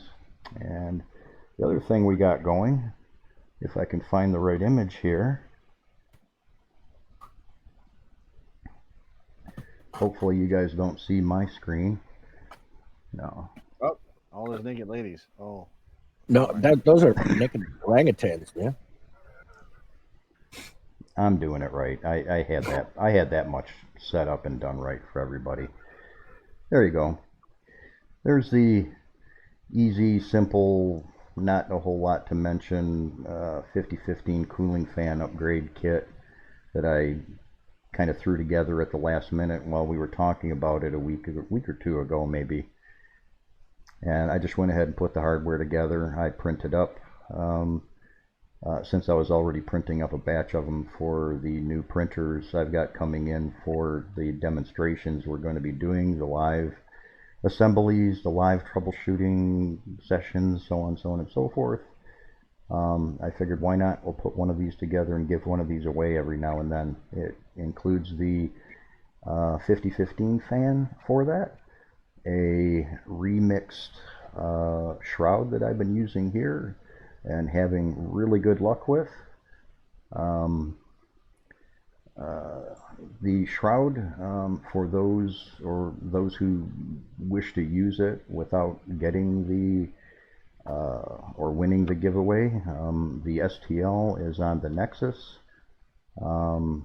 The 5015 fans that I used, I have an Amazon link in the mods article in the newsroom of the Nexus. You can go right in there and you can pick everything up that you need to put that together.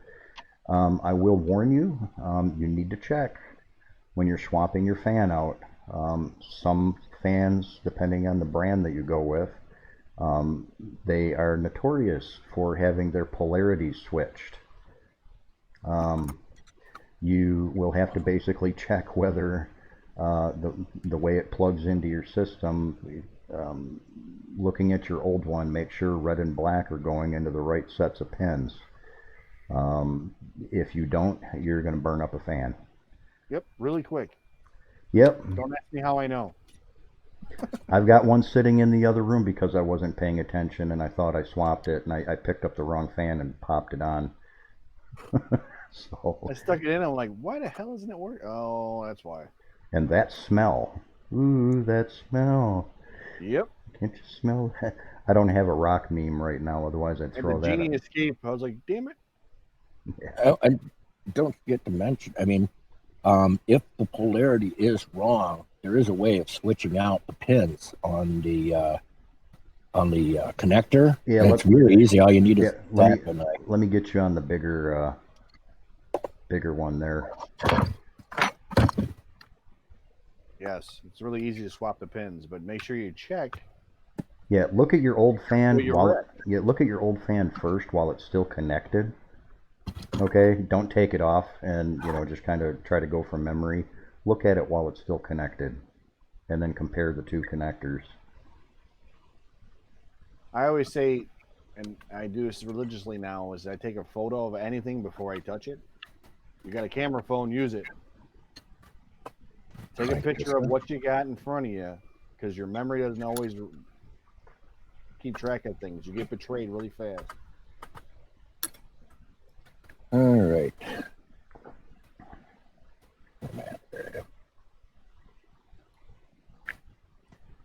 And, all right. I'm holding this down with really close, dude. Yeah, I know. Just back it off just a little bit. Unfortunately, I can't get it in. That's good. Right there. Leave it there. Don't do nothing. All right. Don't do nothing. No, I just have, this is the standard. What did you do? Nut. There you go. You're back. Yeah, this is just a standard X-Acto knife here. You can see the pins in here. There's these little things right here. These are flexible. And what you do is you just push down on the thing and push it back. And get that over a little bit. to pull this wire right on out. And then what you do, you go to the other one, put that back in the frame. And I'm going to push down on that one, push it back. Yeah. And he cuts his finger, there's blood everywhere and everything like that, and we get an R rating. No. All right. And then basically what you end up doing, folks, is just swapping the pins up, put them back in, in their respective... I took it out of the top one, so I'm just going to switch it right down here to the bottom one. And just... Oh, sorry, I'm going to have to take it out of frame again. Yeah, you're just basically giving it a push and pushing it back in. It's like giraffes do it.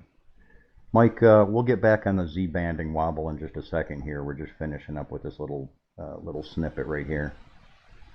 Yeah, and basically you're just pushing it back in until it snaps. And once it snaps, you should be able to tug it. You see it's locked back into place. And then you just put the black one into the other side.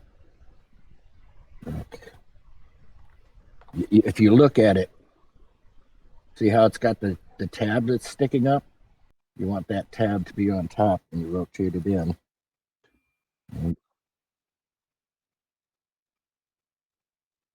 And see, now it's locked in place and my two wires are changed over. And that's all you have to do for swapping the pins on those things. And it's just, same way as putting it back, it's just getting that X-Acto knife in there and pushing those pins in, and then it helps to push the wire in first, then push the tab, and then pull back, and they'll just come right out, and that way you can swap which side the wires are on. So I'm going to take this back off, back to my regular camera. Oh, the keyboard just crashed for whatever reason, so I can't type. Wireless keyboard? Yep.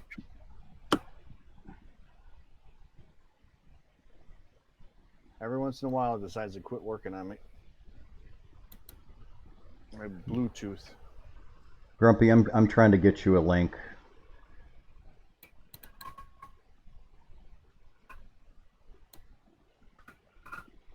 We'll try this one, and then I'll try giving them this. This is a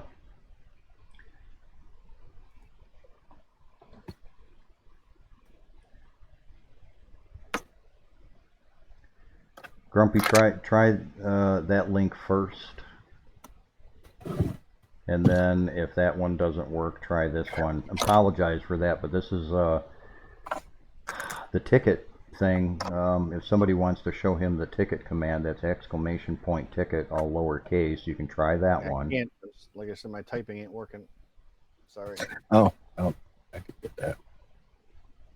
I'm trying to get my keyboard back, but it's not. There you go.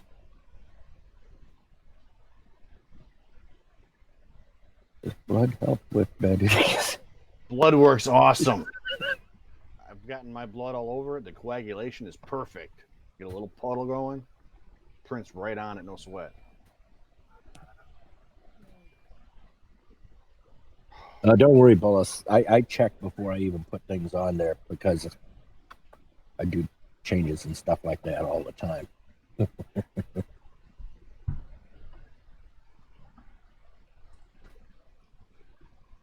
And Grumpy, that next link that I put in there, try that one. And then the alternative is ! all lowercase ticket. Yeah, and Nocturnal, they actually have a couple of different connectors for that. They have the JST PH 2.0 and 2.54, which they look almost the same, but they're just 0.5 millimeter wider. And I think these are the 2.0s that they use on the fans. But yeah, that's another thing to check. You can get those on Amazon.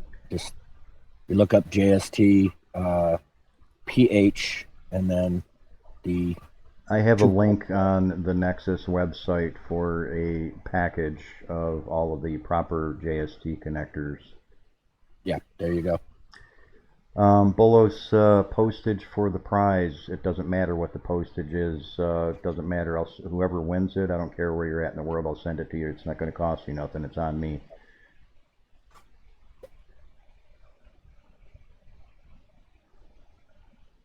So you guys don't have to worry about that.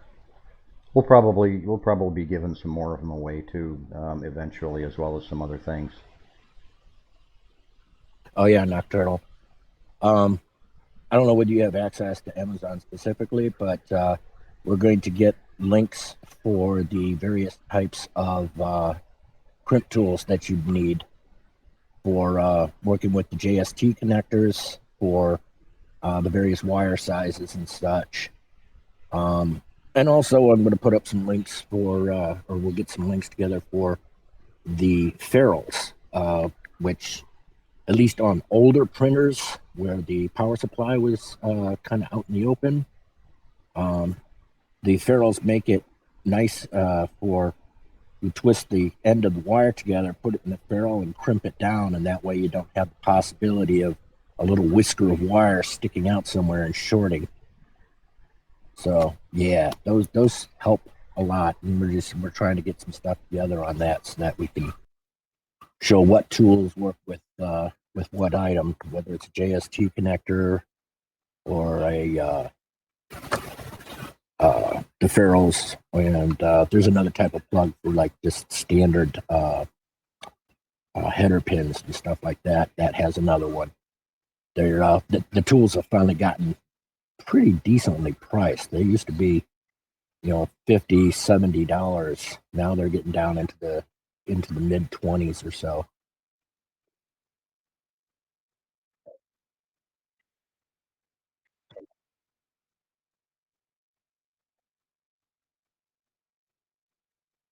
Mm-hmm.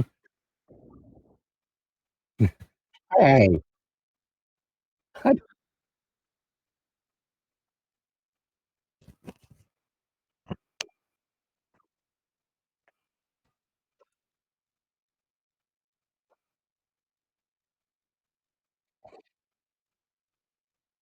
yeah, I see. Okay. Um, yeah, I see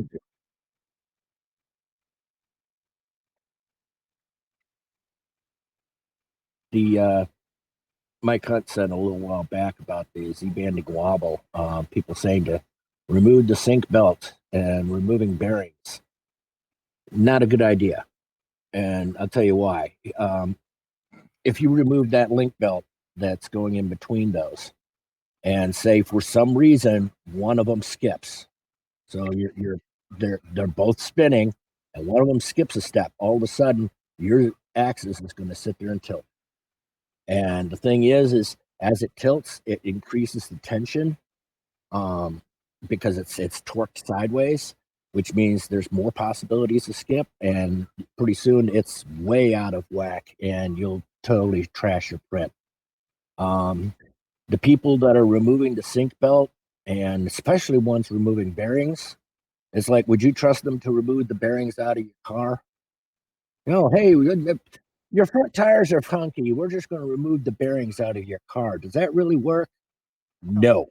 The only reason why Don't they're listen seeing to these people. improvement on those is because they haven't done the stuff we just showed earlier with fixing it right, making sure the Z's are straight, making sure your couplers are right, and making sure your stepper motors are right.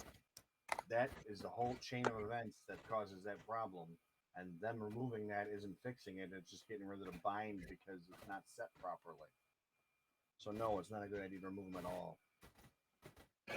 The thing is I mean, some people, there are some people that they do something and it might possibly work for them temporarily, and so they'll post it. But I mean, it's kind of like walking up to somebody on the street and asking them about a sore that you've got on your arm, like there's some kind of a doctor. Oh yeah, I had a sore on my arm too.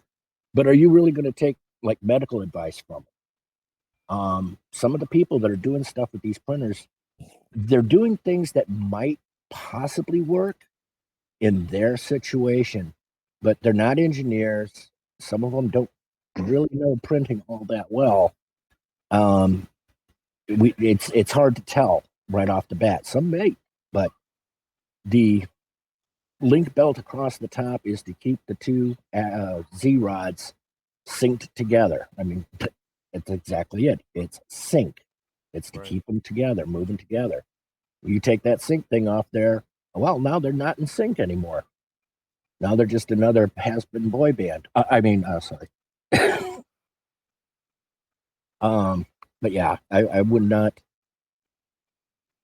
In the Z-axis stuff, there should be no bearings that you should have to replace, and don't take that belt off.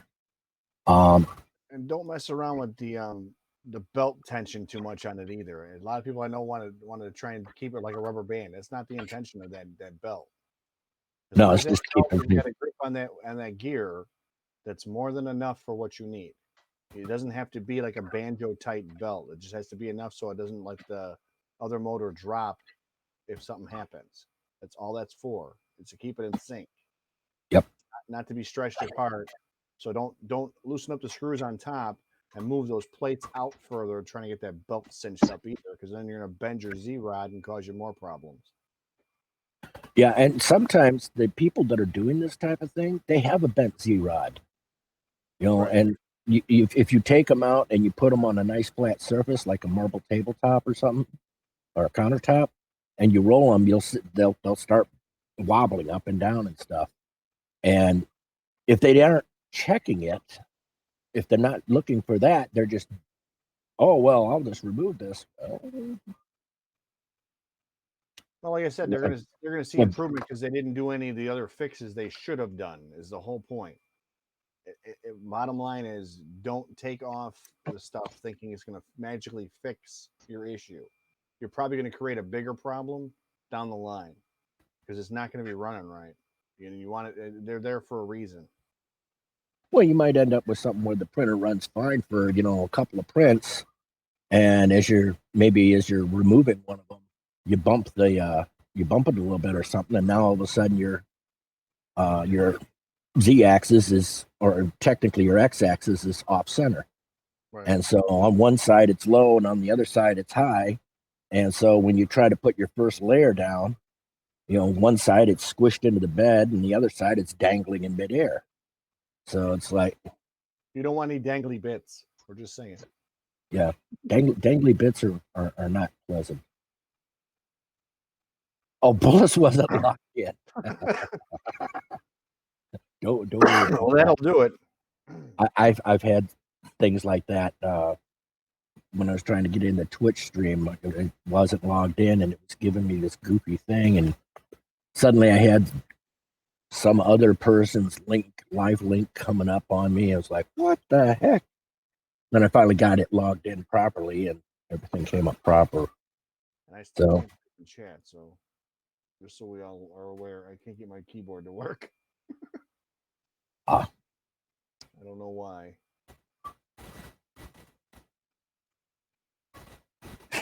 Wow, it does that.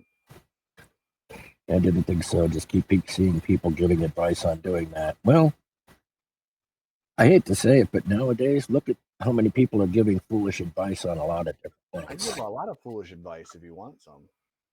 Oh, yeah. Foolish advice is free. Advice you give out right now. I try not to, though.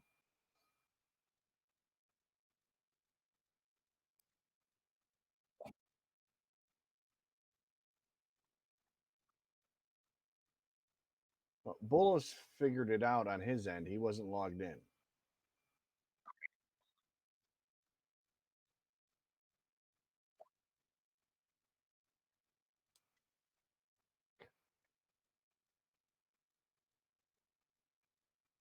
Okay. So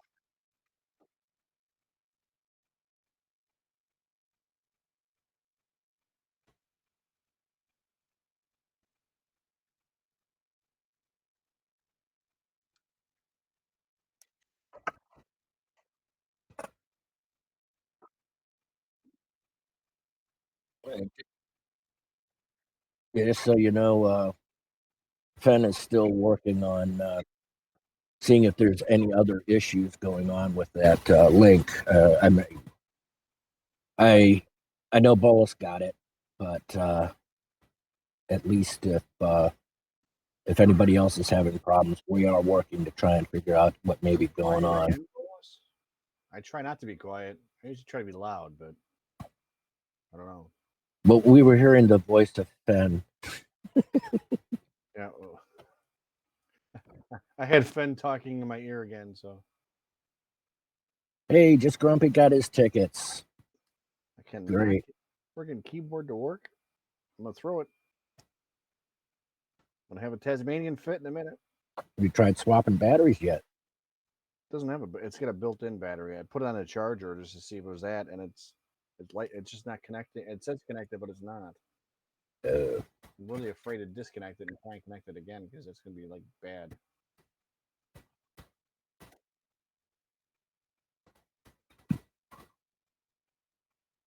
See, now this is where all you guys need to, tell Taz that he needs to have a backup wired keyboard. I got one. For some reason that's not working either. So. Oh, double whammy. I don't know why, because that one's always plugged in because I've had the problem before, but Hope the winner was all. it was working great today. Actually, today's been the first day it hasn't been doing crazy stuff, but I have a good mic. It's not me. Don't pick on my microphones. Drat these computers, they're so naughty and so complex. Oh, a microphony or a phony at the mic. Yeah, don't get us started on Three Stooges, man. Curly is the ultimate fan too, so you know. Let's see. Came to mind.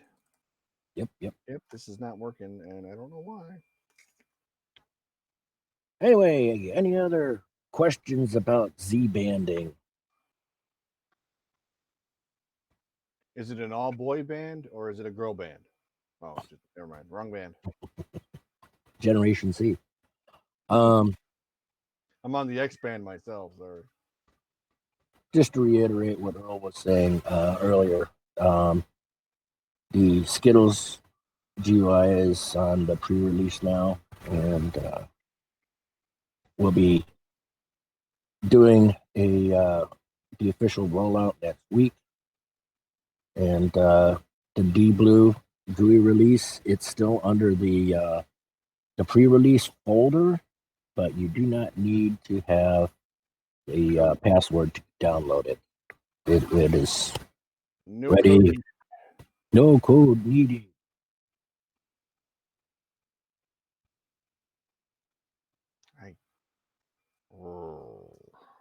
Mike says it cannot compute. I tried to think, but nothing happened. I tried to think, but nothing happened. We're victim of circumstance. Indeed.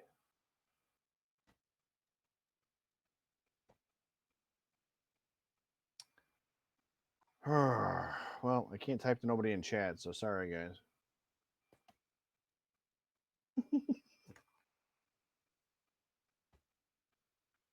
You really have to think about my hair, don't you, Bull? I spent years having to have it high and tight. So I want to say 30 years of having it high and tight, and I decided that seeing how I'm on medical, I don't have to have it high and tight anymore, so I grew it out. You should. The last time I actually had this long a hair was in high school. Yeah, so, unfortunately, I can't. At this. I'd have to post a picture in Discord of when I had long hair, about 2.5 years ago now. I got tired of sitting on it. It was all the way down by my belt, and it finally just got to the point where it's like I'm tired of sitting on it, and I decided, well, I'll go ahead and cut it short. But They took off about 18 inches worth of hair, a little bit more than that, and that was just bringing it up. Yeah, Rapunzel. Thanks, Polos. I don't know. I don't know if I could ever get it that long, but I mean, I think it's about as long as I'm gonna get it. Actually, the funniest thing was I went to a Christmas party with the long hair, and I actually had two ponytail holders in it, one up higher and then one lower, about mid back. And I'm leaning back, letting somebody pass by me at the party, and there was these little tea lights on the table behind me. Whoops. Yeah, I got my hair flame tipped. Took about 8 inches worth of hair till I did that hair tie. It stank. Woo-hoo. Did you ever see guys in the barber shop that get the flame job? Yeah. Like, that's just crazy. No, just no. I want to talk about steel wool. Oh, anyhow. I have. Hey, guys, get in there for the contest. Hit that, hit that link. Bullis is ingrown. And you can purchase more tickets too, from my understanding. So Bullis must have a beard. He keeps tugging his hair off the top of his head, right? Earl fell in. No, I'm just kidding. No, actually, I can hear him in the background. He's working on something over there. He's clattering away. So. Well, yeah.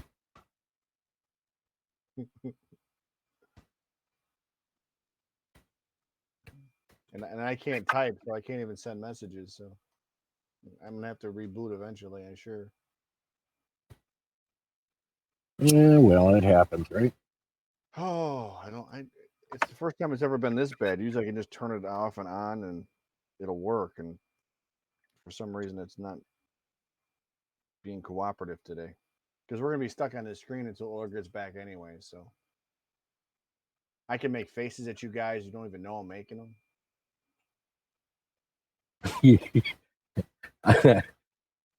We're not going to go into the descriptors. We could get really weird. Tell them about your painting, Taz. The main reason I had facial hair is back in the day when I started working, everyone thought I was like 12. That's how the whole facial hair started. I had to at least grow a mustache for work because no one would take me seriously. They all thought I was like Doogie Howser back in the day. Oh wow! I think I first grew my mustache back in the military, and I've had a mustache ever since. And then I had one brief period where I shaved off most of my beard. I actually did that like one or two times. I'm Irish. I can't grow a beard. I'm just saying. Yep. I get patches. I get little stripes like right on the outside edge of my my mustache. I used to get two lines that would come down on either side of my beard. It wouldn't grow real well. So in the in-between state, right when it first started growing, it would look like nuts till it came out like it is now. Yeah, I'm thinking I'm going to have to repair it on the settings, and I really don't want to go through that because I don't remember exactly how this one works. Hey, there's a Super Justin just said something. Try to do the Bluetooth, forget the device, and repair it, maybe? Yeah, no, I'm just trying to remember how I actually repair this, because if I do forget device, well, look at the. I mean, you know what type it is. If you go under the Windows settings under Bluetooth and devices, yeah, you should be able to forget it and then turn it off, turn it back on, and when it sees something new, you just hit repair. Couldn't imagine Gandalf with a beard. It's just like not going well. It's not letting me remove it now. Well, Nocturnal discussing starting to stock printers and parts yet.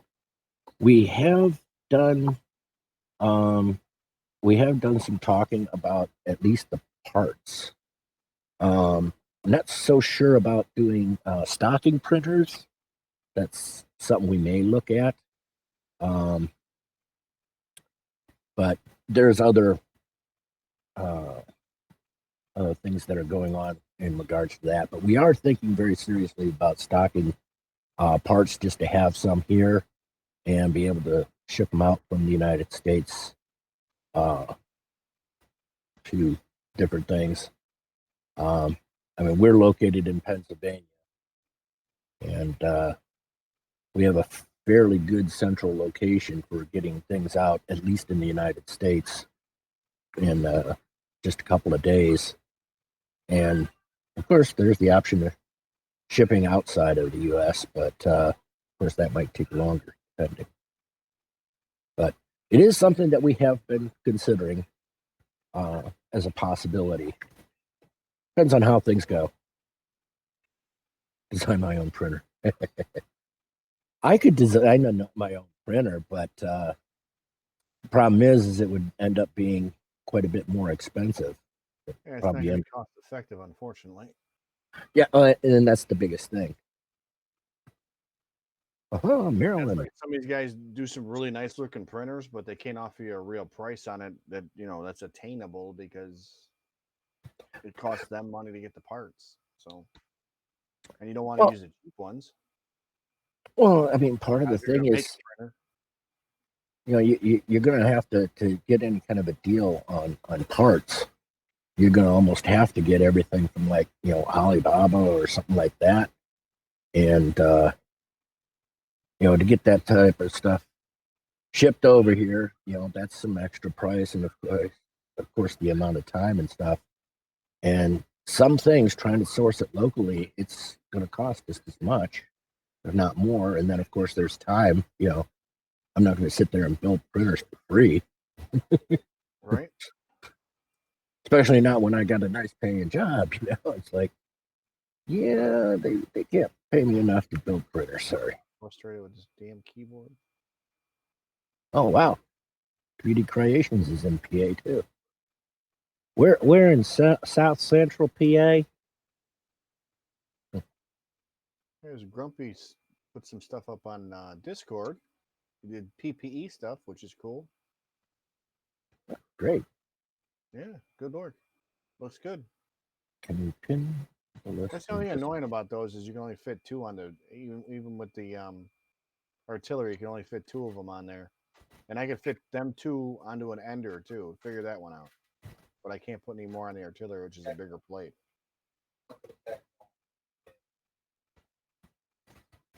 Oh yeah, DuPont connectors. Sorted ones in the post. The easiest way to tell some of the different connectors, DuPont connectors 90% of the time are black, and they're very square, and they're approximately on a 1 millimeter. I think it's a 1 millimeter spacing. We'll eventually get we'll post it probably on the 3D Nexus. We're working on trying to get all these different things where we can show, okay, here's the connector, here are the crimpers that you need for this type of connector, and put links to them, like to Amazon and stuff like that. So I figured out how to get free, but haven't printed more. Oh, okay. That must be his the picture he was just showing, right? Yeah. Oh wow, what a stack! I saw somebody that was he stacked them up like about a millimeter or 2 millimeters, I think it was. It was like 2 millimeters from each other, and they stacked pretty well for that particular style. What was it? It's problematic when you stack them, though. That's the only thing. That's it. Ports aren't right. You're going to wind up causing yourself more work than just printing them really fast, like 2 at a time or 4 at a time, what have you. Well, Make Anything was the guy who did it, and the first 1 or 2 that he did weren't real good, but he started printing other ones, and they came apart pretty nice. Yeah, you got to keep it pretty darn close, and it does like a fill line in between them, and they just kind of come right apart. But Yeah. Like I said, the stacks of them just annoyed me. I tried a few different ways of doing it, and it just didn't work out. wait, printed around his cable? What's that? That fail. Bullis was saying the fail he posted where he printed around the cable, saved the cable by slicing the side of the print. Yeah, we actually got a picture of that somewhere. You got it stuck inside the print. It was someone posted it.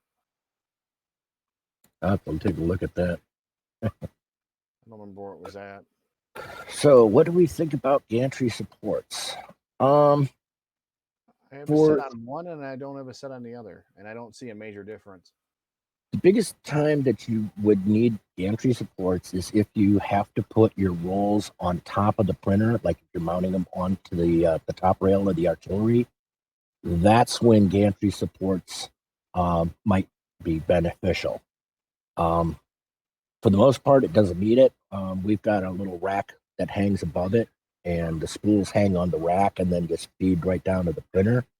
But the supports are mostly for if you're noticing particularly a lot of wobble in the printer, like if you're printing fast. Otherwise, yeah. And I mean, part of it just, personal preference. If you want to put them on there, that's fine. To me, the ones that go to the front, which most of them are, they just get in the way. Now you've got a narrower angle that I can get into the printer. So I got them on the front on mine. Well, that's what I'm saying. I bought it for a kit, and it isn't that bad. With room wise, I don't see that to being the problem. I just don't see a significant gain. And I put some weight on top of both of them to see if I could make any difference, and I still don't get that much wobble on the unsupported one. In all honesty, I mean, it's supposed to help. Yeah. I mean, I actually cranked up the speed on everything just to see if I could make it wobble anymore, or that was causing an issue. And I don't know if I put them together that well that I don't have a problem, or I just didn't see a significant benefit to it. Yeah, I mean, the main reason there were several other printers, like the Creality and stuff. Those were having problems with some Z wobble stuff, and so they put those Gantry Supports on there. Have not seen that really with the artillery, and part of it is just getting it tight. And you don't have to crank them to the point where you're trying to grind the thing. You get it very snug, and if it's properly snugged down, it stays pretty good. And the spool that's mounted on top of the printer, for a single spool of your average 1 kilogram, it's not really that bad. Now if you're getting like a bigger spool, like a 5 kilogram one, you're getting into some serious weight there. I mean, for the American, with the crossover, 1 kilogram is 2.2 pounds. So if you put a 5 kilogram, now you got almost 12 pounds on that puppy. So I put a 10-pound roll on top of one, and it worked fine. Well, I mean, I'm not saying that it wouldn't work. I'm just saying the potential is there to cause more problems. No, I mean, I didn't run it really fast. I'm just being funny, but I put a 10-pound roll on there because that's all I didn't have a way of unwinding it when I bought it. Yeah. And I thought when I bought it, they were going to send me like 4 spools. And they sent me one big giant one. I was like, oh, I didn't know where to put this. And so was just that's how I tested out the supports too, because I got the supported gantry. I put it on that one, and it was fine.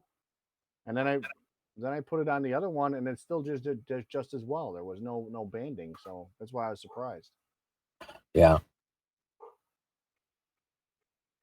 The dampeners on the stepper motors, basically what you're doing is you're putting a diode in there, and supposedly the reason is it's a what's the best way to describe it? It's supposed to smooth out and the sine wave a little bit, clip it a little bit so that you get a little bit stronger and smoother signal. For some printers, especially the ones that had the separate drivers on them, they did do some help. Again, I don't really think that they're needed for the artillery. Again, it's kind of a personal thing. The artillery is so quiet and smooth already that really the dampener is not going to do much of anything other than dissipate some of your power with heat. That's part of what the dampeners are doing. They're just taking away a little bit of that the energy, and it's converting it to heat. So, thanks for the tip, Grumpy. Appreciate it. Oh yeah, thank you.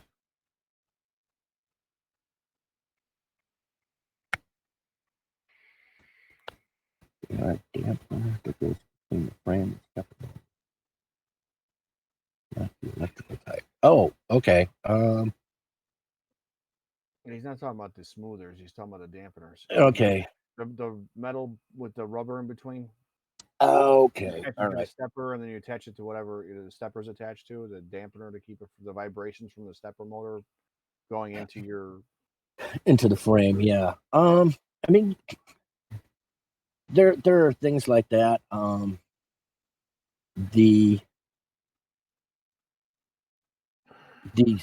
craft foam that you can pick up at some of the crafting stores, if you really wanted to put one in there, just to help a little bit. I don't really think you're going to have that much of an issue with the with that type of thing going on, especially with the way that they do much more micro stepping. So you're not going to have as much of that, for lack of a better term, grind, where it creates a large vibration. Again, it's if you notice a defect that's showing up, and you've tried all the other normal things, then you might try the dampener. But again, it was more for other ones, for other printers that were having various difficulties. Please read the questions properly. I fart and make rude noises in your general direction.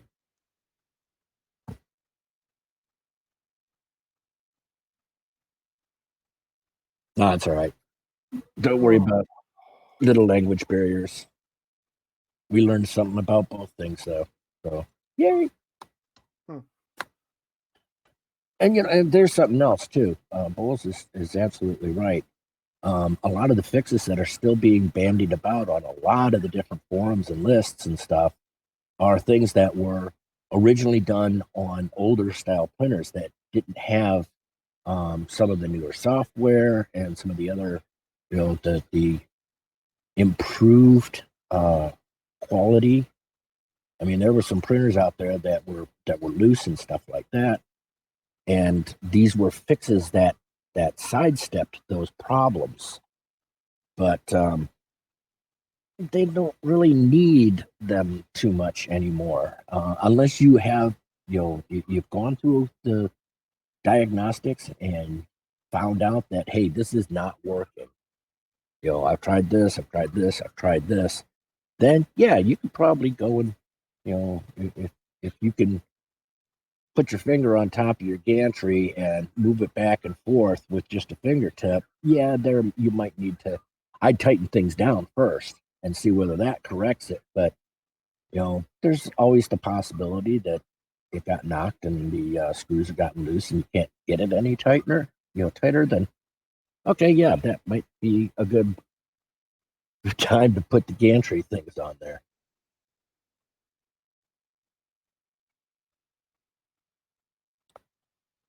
I'm going to reboot this whole computer. I can see it now. I get what you're saying, Bolus. And this is the way that think of it this way. Way back when, they didn't have things like power steering and windshield wipers even was something that's actually, or especially the intermittent ones. But you look at the power brakes, power steering, and stuff like that they have on cars now. Back then, hey, you had to crank this thing around, so they did things to overcome those difficulties. Whereas now, well, you don't really need to do that anymore. So, look at what printer they're doing it on. Look at what they've done. Look in their back, like on Facebook and stuff. You could search the history, look up their name, search the history. I actually had one guy that 3 months prior, he got his absolute first printer ever. And he asked all the newbie questions and everything else. And then all of a sudden, it went nuts. It was he was saying, "Oh, this is what you need to do here, and this is what you need to do there," and it's like, dude, 3 months ago you didn't know anything about how to work these printers at all, and now you're trying to pose as an expert. And yeah, after I called him out on that, yeah, he was not real happy. But it's here you go, instant armchair expert.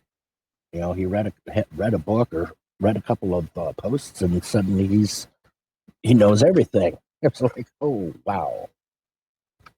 You gotta give Jennifer a high five for that one. $25 tip. Very Whoa. nice. Holy smokes! Thank you very much, Jennifer. For Finn. Oh yeah, That's where it's going. It ain't. I don't see that appreciated. Stuff, but it is very much appreciated. He's here somewhere. I was trying to fix the thing with the. Trying to fix the giveaway, so it's taking us a little time to get back to doing screens and stuff. Sorry, guys. It looks like you may have gotten something accomplished now, so.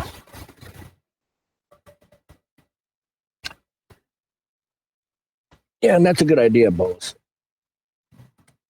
I don't think you have to do it quite as often as every spool, but yeah, every couple of spools or every couple of months, depending on how much you print. It's always a good idea to check all that stuff out. G2 box is what they use for resin. Bolus, when you do resin printing, do you need a different slicer? Yes. Normally, yes. All the time, yes. I thought the Prusa was trying to go for both. Well, not everybody has familiarity with Prusa, and it's not very easy putting a third-party printer, resin printer, into Prusa right now. Okay. Yeah, Roxas is. A lot of people are using Shitobox. There's a couple of other ones out there. Creation Workshop is an older program that nobody uses anymore. Yeah, not many people are using it. Creation Workshop. Hang on, I got to interject. Don't even look up Creation Workshop. It only exports one format that most printers do not use. So, okay. What's up, Taz? What's going on? I just went through about 25 pages of stuff that didn't give me any more information than I had when I walked away from the computer, as well as I had some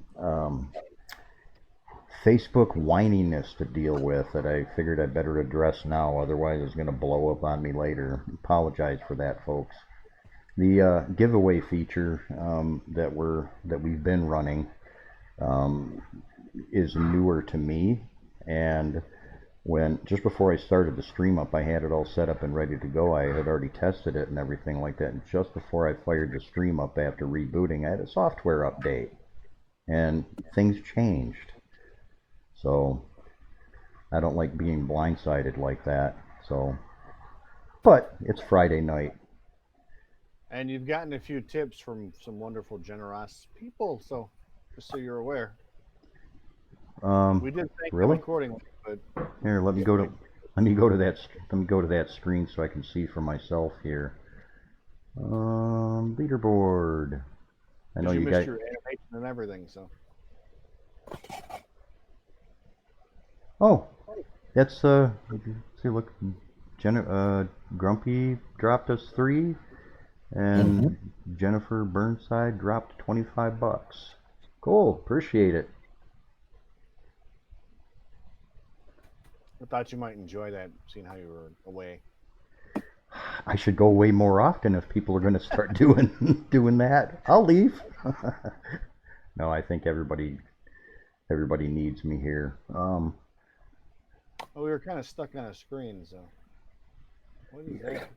Yeah, I'm gonna give the mods the ability to flip screens too.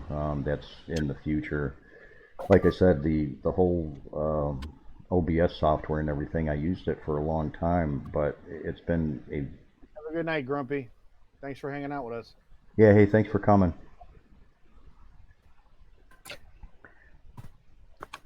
Have people been okay with getting in on the I giveaway? haven't seen any complaints Okay. recently. You know, Yeah, a couple of the ones that were having problems reported that they had finally got in, so that was good. Yeah, there was more than one person that were kind of having some different issues, and it wasn't making a whole lot of sense to me. But Nocturnal was asking a little bit ago here now about the issue with the flat ribbon cables, Hmm. um, and anything special needed to be done with them. Um, the issue that they have is, Well, and I Taz, you know what we've been hot with as far as making sure the ribbon cables are up, functional and running. You got a little bit of a different take on the whole dropping hot glue on the connections. I did that on the first batch of printers that we got here back last June. Haven't burnt a single ribbon cable out the whole time, with the exception being the very first one, which prompted me to come up with that fix in the first place that I recommended back then, and then the cable strain relief. That there's so many different versions, so many different flavors of it out there. Just about any of them probably should work. I can only speak for the one that I made because it's the one I use. Maybe I'm biased, but whatever. yeah, like I said, my thing is I would just use the book binding tape that's in your kit. That way, it's removable if you need to. That's where I'm at. Because anything with hot glue, if you ever try to take anything off the board and fix it, you know how fun hot glue can be. So that's where I'm Well, at with that's hot why I glue. said there's two different types of the hot glue. There's the low temp stuff and the high temp stuff. Artillery has been using the high temp stuff, which is a Yeah, I know. no-no. And then some people don't rationalize that they have different types of glue either. I mean, not everybody's up on all that stuff like some of us are. So that's where Well, I'm saying, the um, strain relief article that I wrote, I stated specifically, and I think I even made it red and bolded, that you gotta make sure that you use the low temperature stuff because then it peels right off when you need it to. don't use the sparkly stuff. Well, you could, but I wouldn't because it's metal flakes. I've seen Metal. I've seen a couple of 3D printed strain reliefs for the X-axis, and all the ones I've seen so far get in the way of the mods that a lot of people already have on their printers. A lot of people print the left X gantry cover, and those mods have a tendency to get in the way of that. Taz also mentioned at one point too. Oh, Bolus already said, yeah, the bookbinding tape works too. Uh, there isn't any reason why just using some of the black bookbinding tape that you get for um, running up the sides of your ribbons and things like that. A small amount of that stuff would do the job too. The whole idea is it's not as bad on the Z, the part that goes up and down. It's the whipping back and forth all the time that starts that connection having issues. And some people, for some reason, I've gotten a couple of printers in that I was looking at for people and everything like that. They were it seems like they were pulling them out and putting them in like every other print. Yeah, Why? right. I've seen the ribbon, the ends of the ribbon cables from some of these people look like they're shredded. And it's like, what are you guys doing to this stuff? Well, and then the other thing is the dielectric grease, which I'm not going to say is wrong, but keep in mind you're not buttering bread with it. Yeah, it's not like you're dipping it in a jar of I peanut mean, butter. you're not lubing up for a night on the town. You're just putting a little dab of it on the connection. It isn't a bad idea, but too much is a bad thing too, because then it's going to pop right out of the slot. You can So basically wipe that stuff on and practically wipe it all back off with your finger. You will have the residue, the right. film. You're basically wanting to put a thin film on it. I Not just don't want to see people like. I mean, I've seen people doing it. I've seen some pictures, and it's like, no, you don't want to put that much on there. It's if not a good idea. if you lube your ribbon up and your printer howls back at you like an elephant going, "Whoo," it's too much. If you're getting your ribbon excited, we got a problem. Okay. Yeah. Just saying. Well, I mean, the whole reason for the dielectric on there is mostly for vehicles because it's to prevent corrosion that'll cause lights to go out and other bad things to happen. It's meant to keep water out and the salty sprays and stuff like that. Unless you're printing out in a thunderstorm, which I think is probably a really bad idea, you really don't need it. Well, case point, in Hawaii, past experience there, I've seen anything aluminum, and that includes computer cases, the internals of computer cases and parts and things like that, literally get shredded just by the air there. Oh yeah, Okay, a lot they of start salt. they start crow, and if you're in parts of the world, where humidity is like an issue like that, that's a good bet. Alan Lever, he's the guy that runs Happy Family, Five Fingered Happy Tie. Island 3D. Yeah, that long name, that yeah. He recommends it a lot, and it's where he's at. It's a good idea because of again, like Hawaii, that's like incredibly high, humidity situations. But that's Right. not something you're going to encounter everywhere. I've never been Like I where. said, I didn't see anything wrong with it. I seen some people going a little excessive with it, thinking that's going to be what solves their problem, and it's more or less that thing moving is the majority of your issue. As soon as that slips back or forth while it's running through a print is where you're going to have a problem. Where you're going to have like the shorts, you're going to have stuff burning up is when it gets loose. It's a And matter. It won't hurt anything. We've got some of that stuff here. When I'm going to go over the printer, I'll show people how to properly put that stuff on. like I said, I seen a few posts and I was like, no, you're not coating it to like go out on It's the not town. it's not peanut butter. Yeah. Squishy. Well, it's like some of the people that are putting that thermal paste on their CPU before they put the heat sink on it. They smear it on there like it's peanut butter or something, big old fat blob, and it's like you're actually ruining the overall effect of Yeah, you're not doing the heat there. any You're not good. doing any favors because it isn't so much that it's improving the conducting. What it's doing is it's providing a direct path from the metal of the CPU to the metal of the heatsink. And lathering it on there isn't really going to help. What you're trying to do is get rid of all the air bubbles, which are like insulation. Because So we put those on the heat sink on our printers, so we do it that way. It's just a little dot. You don't need to put it all over the heat sink. You put a little dot in the center, and then when you push it on, it spreads itself out nice and thin. It's the whole idea is to get the transfer. The threads, when they're doing the hot ends, you're replacing a threaded hot end, or even now the Kraken that they have on the other versions, a little bit goes a long way. You don't need to douse it in this stuff. It's just a little drop. Just think see-through panties, and you're good. Best way I can put it. I'll interject my advice.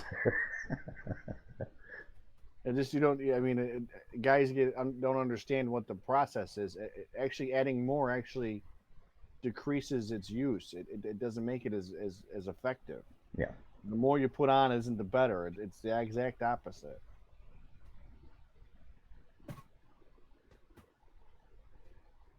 Yeah, that's pretty much it, Bolus. It's the air gap that would normally be between the even when you press a piece of metal together, there's still spaces in between it, and the thermal paste is just to smooth out those spaces, or to provide contact in those places where it's not there. But if you get bubbles in there, then you're not gonna get efficient heat transfer. And if you put too much thermal paste in there, now it's got to go through all that thermal paste to get to the other side, and so you're not going to get the effective heat transfer again. It's supposed to be a real thin layer. You're almost better off. I mean, if you're going to do that stuff at all, it'd almost be more beneficial even if you have the means to do it properly, and I do emphasize properly. If you have a way to polish those surfaces, I mean, we can run out into the metal shop out here and do it in 30 seconds. If you have a way to polish those two connection points, you'll probably increase the reliability of that thermal paste as well. I mean, we're talking numbers that probably really don't make that much of a difference, but if you really want to engineer it.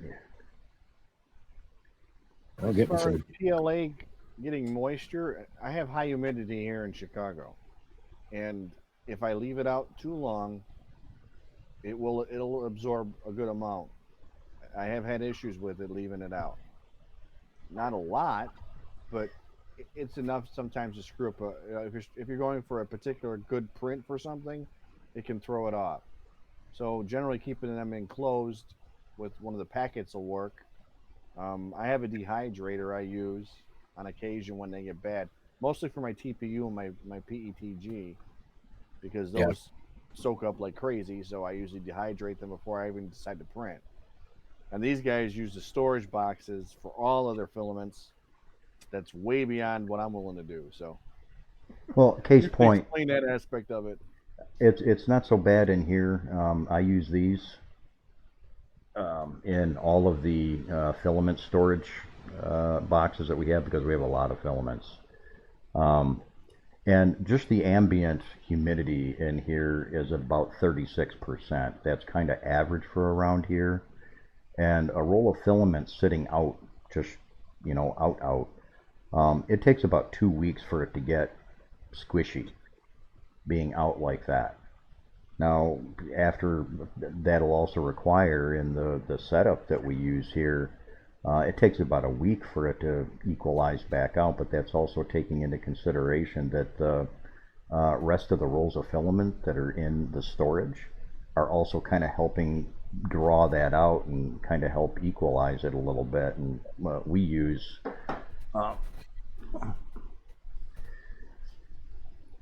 it's hard to say what's going to be too long. It's going to depend on your climate. Yeah, it takes a while to determine for yourself. But PLA is pretty resilient. Usually on that end, I don't worry as much about the PLA. It's when you start getting into PETG, when you start getting into ABS, TPU, and some of the other specialty ones is when you start worrying, because those almost immediately from opening catch stuff. I'm going to grab something real quick to show you guys. Yeah. That depends on where you're at, Nocturnal. Like I said, some places you have decent humidity. Like if you live in, say, like Arizona, they don't have really high humidity. They're running at like 18% usually.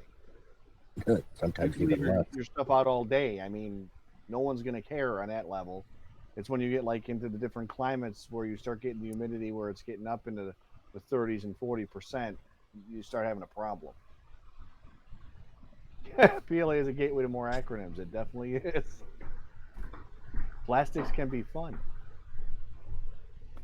Yeah, Bullis asked a while back about why do some people's hot ends look black and cooked? Well, it's because it is. They've had plastic that goops back up onto the outside, and it literally just bakes on.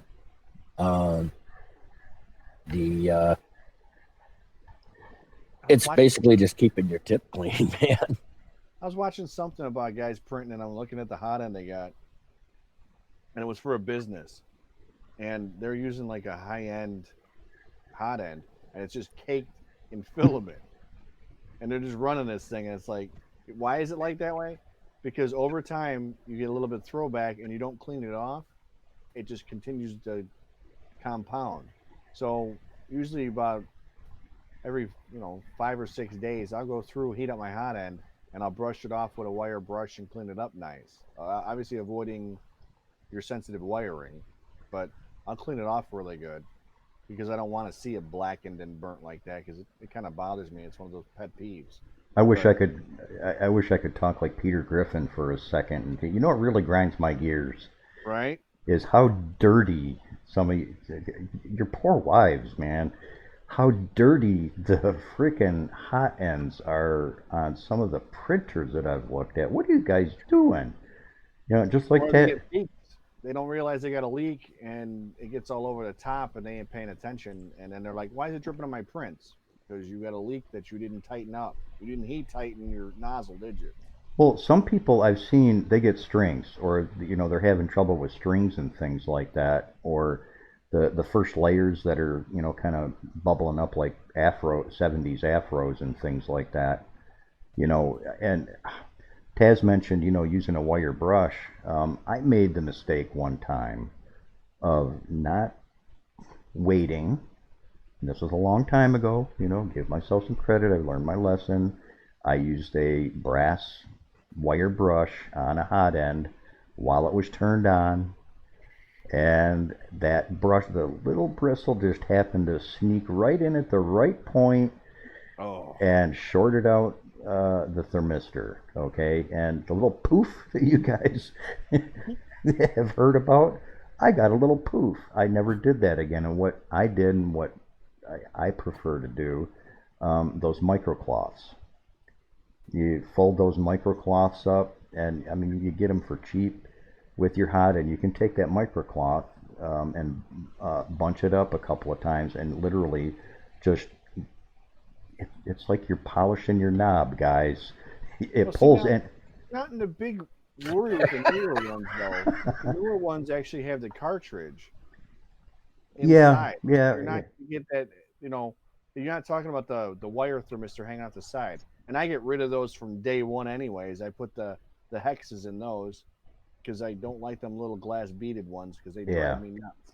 We have a link for the screw-in type, and someone had mentioned. I just happened to catch in chat as I was walking by earlier. Someone was asking about us running a store. That's still up for consideration, and if we're going to do that, we'll put together the screw-in thermistors with all the right happy connectors, and we'll probably do it as a kit. You can buy the thermistor and the heater all in one shot, and they'll be cheap. Just a real, touch base real quick on something I wanted to show you guys that we were talking about just a second ago. Wet filament. Okay, if your filament can bend, okay, it's good. It's one quick and easy way to check it. But if you're starting to If it get, snaps, you can say forget about it. yeah, if you got prints that are looking like shit and everything, one of the first things you want to check before you go tearing into a bunch of other stuff is if you go to bend it and it snaps, breaks. See, there you go. Yeah, you could hear that one. Yeah. Yeah, that's not good. That's some wet filament. I leave this one wet on purpose just to explain to people that come through and say, dry your shit off when you're done with it. I've seen more problems with the silicone socks than I've seen solutions. I like the silicone sock to some degree, I'll be honest, but honestly, I've been running most of my printers without them lately Doesn't because doesn't feel they natural slip to me. off, they get in the way. I mean, they keep your hot end clean somewhat, and they also, it keeps most of the gunk off of it. But if you're getting that kind of fluctuation in temperature that you need to keep a sock on it, you need to start Yeah. looking at your thermistor or your heat cartridge first and see what the problem is, or do a PID tune because something's not right. Yeah. And that's what a silicon sock is going to do. It's going to normalize or make the variations on your PID tuning a little bit less because it's going to hold the heat for a little bit, just a little bit longer, not that much. But as they say, that means that you really need to, if you have to have that sock, then you can do a little bit more tuning on your PID sensors and stuff. And yeah, that was PLA for Mike there. It's So now with the socks, what everyone misses on doing, what annoys me is, and let me see if I get my cam on and get it up. There's a little lip on these guys where the nozzle's at. No one cuts that off. You need to cut that off because that's going to wind up catching. I don't care what anybody says. If you're going to use one of these, cut that stupid ring off. Early on when E3D released those, they literally had just this little super tiny hole, Yep. and we started cutting those off right at the get-go. But I actually cut the actual ring because they leave it on there. There's Yep. an actual ring they leave on. Cut that off if you're going to use one of these. Because what's going to happen is you're going to get a piece of filament that comes up and gets caught up underneath there and starts pulling the sock down. And then the next thing you know, it's catching your print as you're going.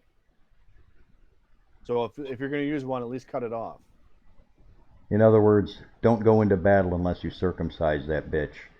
Right? Because I actually make mine special. I cut out the little side for my thermistor too.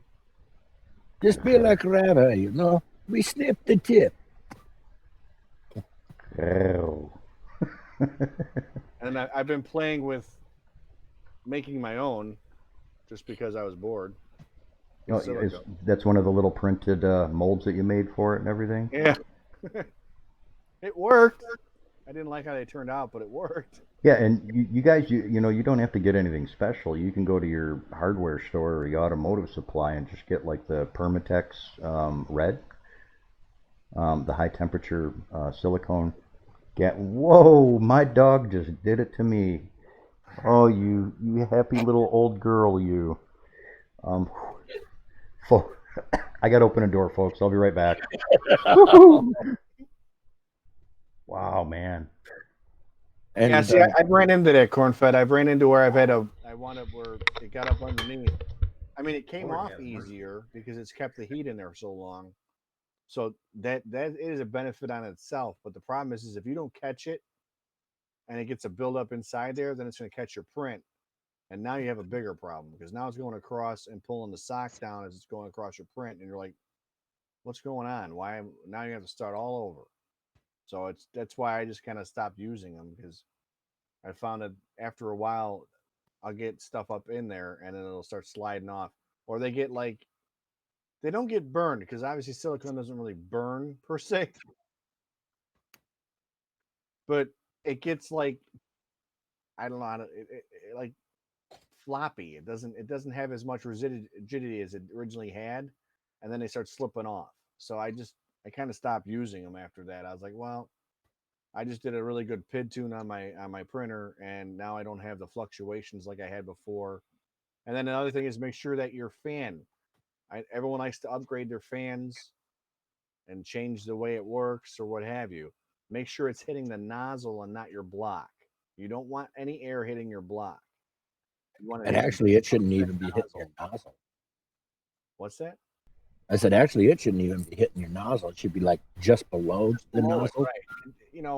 I'm just saying it for example, because a lot of guys, if they're hitting the actual block, that's where you're getting your fluctuations in temps, is because your airflow is blowing right across that, cooling it back down. So make sure that your fan is adjusted properly and not hitting the block. It's hitting below the nozzle where your filament's coming out. That's where you want it to cool.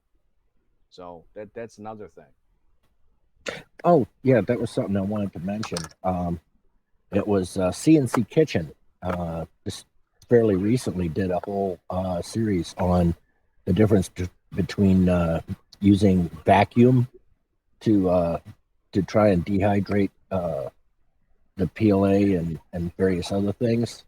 And I mean, he went into some serious detail, comparing using the vacuum chamber to try and pull water and using the dehumidifier or dehydrator technically to remove water. And I mean, he was measuring the weights, seeing how many grams and everything.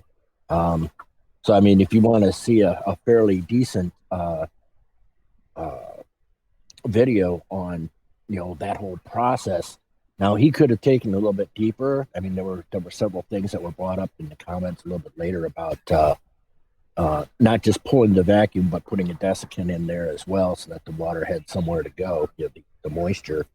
And there were one or two other little items in there, but on the overall, it was a very good study on the dehumidifier being one of the better ways to actually drive the moisture out.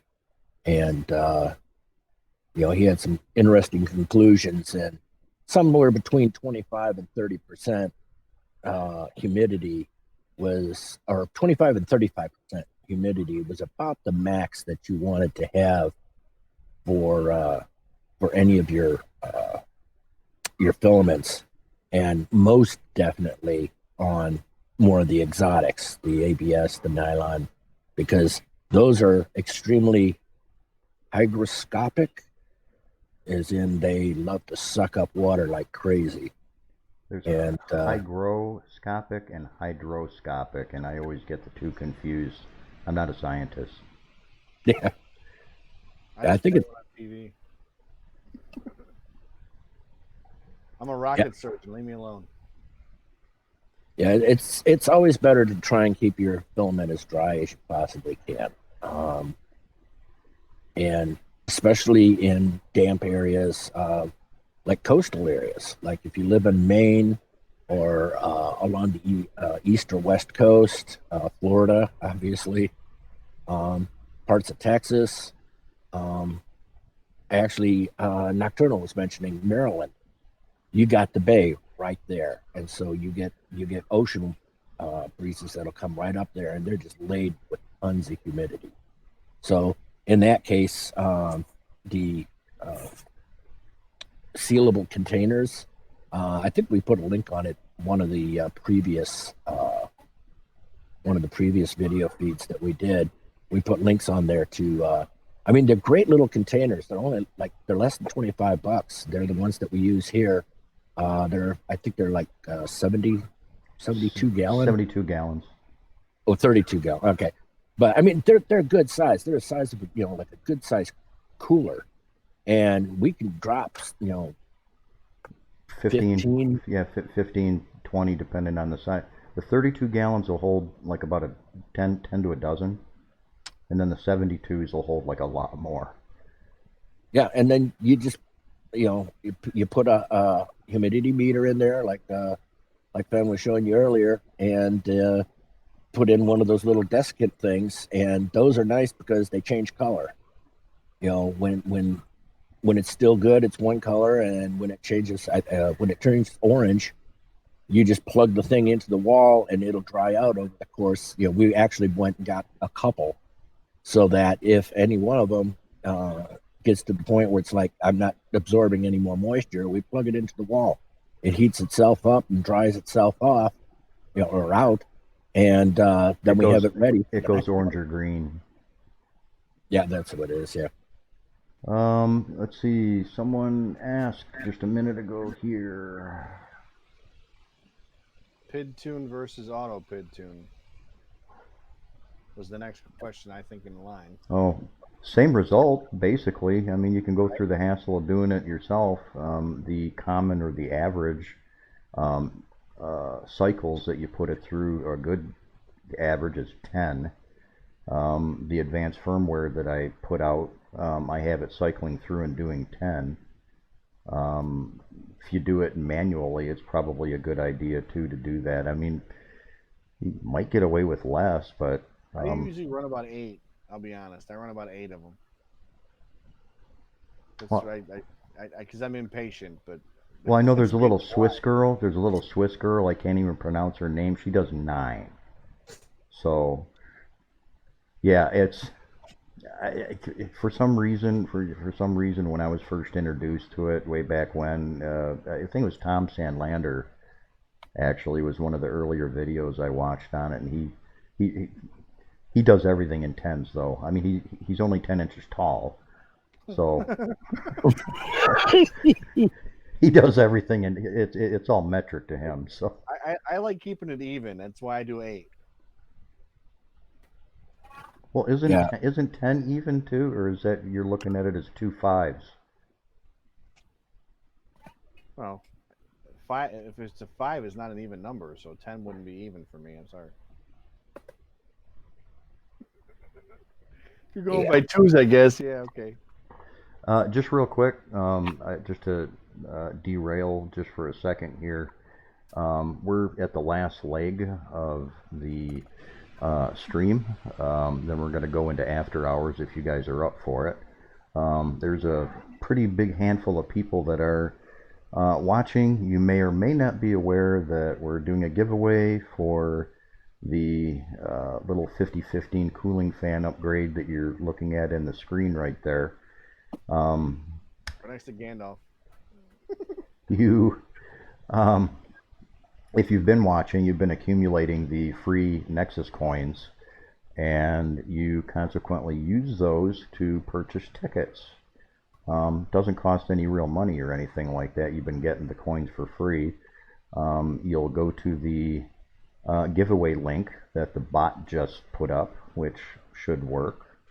I'm hoping it works. Or you can type in !ticket, all one word, all lowercase too, by the way, in chat, and that should also take you there. Your first ticket's free. Your remaining tickets, you can get up to 20. You purchase with those free Nexus coins to increase your chances of winning. We're going to probably in yeah, maximum of 20 or 19, I think. PC. I had to set a limit, because there's some people that have got like 3, 4, 5,000 coins already because they've been watching us since day one, and those points are accumulating. Try buying 5 at a time.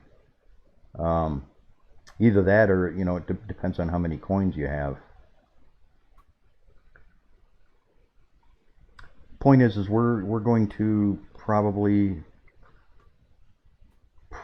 in the next probably 10 minutes or so, we're going to do the roll for that to see who won that.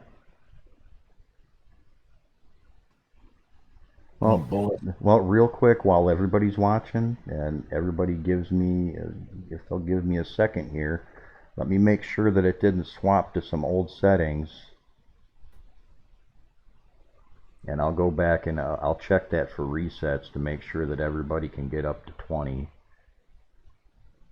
Because that's initially what I had it set to.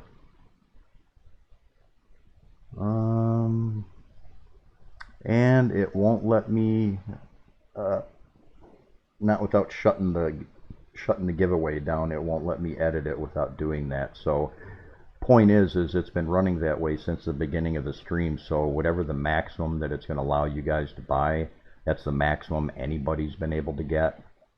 And I'm looking through the list on my end, and everybody has up to a maximum of 10.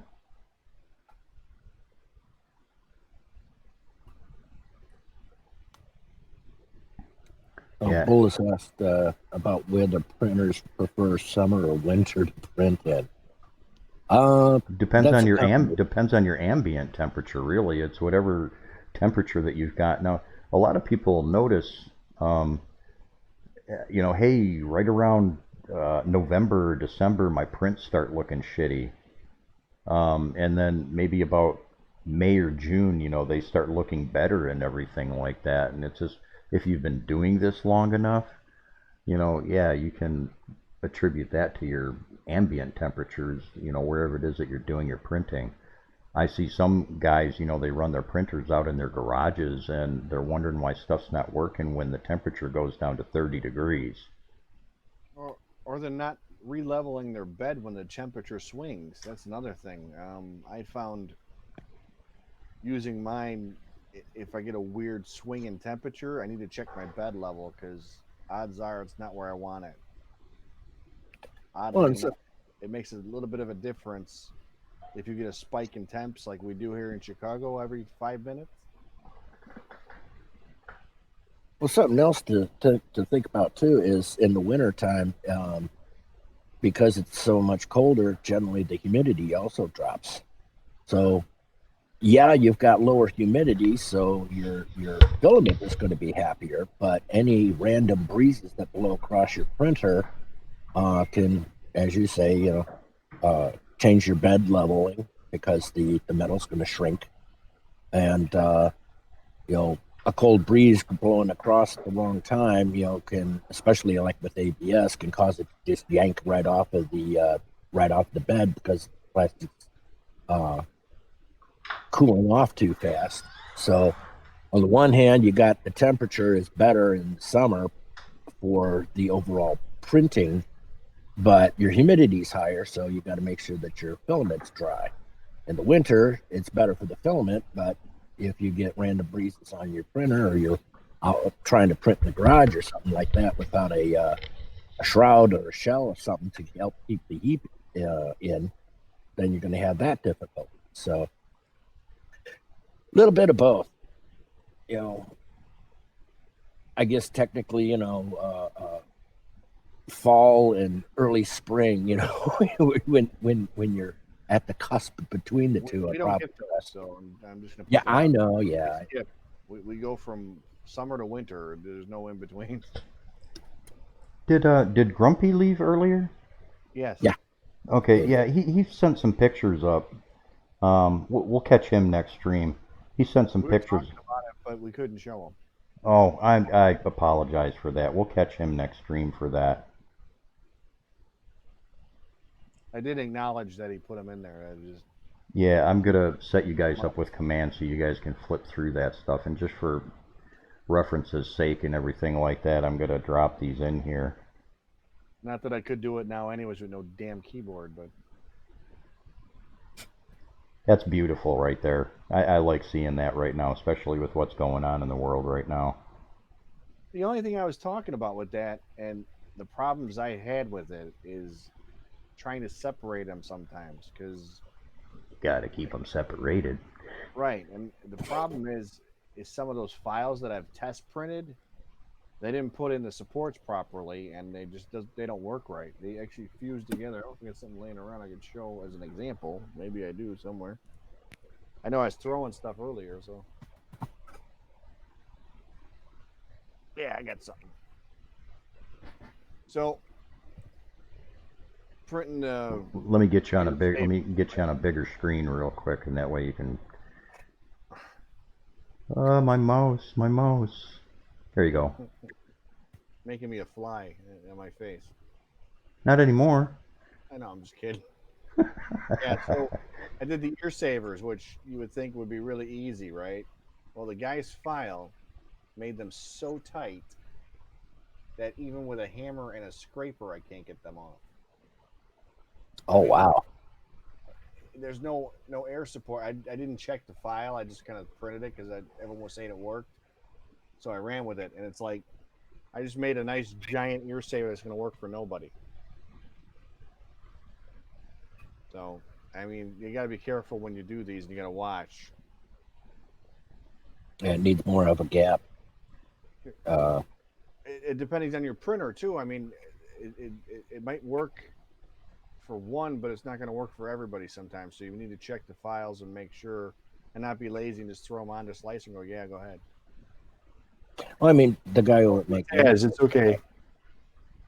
Well, yeah, I was Yeah. miffed. Like, I did these on 2 different printers just to see, and it pretty much the same result. Bullets was just asking. Bullets, are you asking in reference to the prints that Taz is doing right now, or just in general? Well, it looks like there's 2 questions there. He's I probably usually referring. I was do. mentioning that. Yeah, the 0.12 is what we basically any multiple of 4. Right, because I usually keep my numbers even because the steps are a 16th, so I try and keep it. Them are my magic numbers.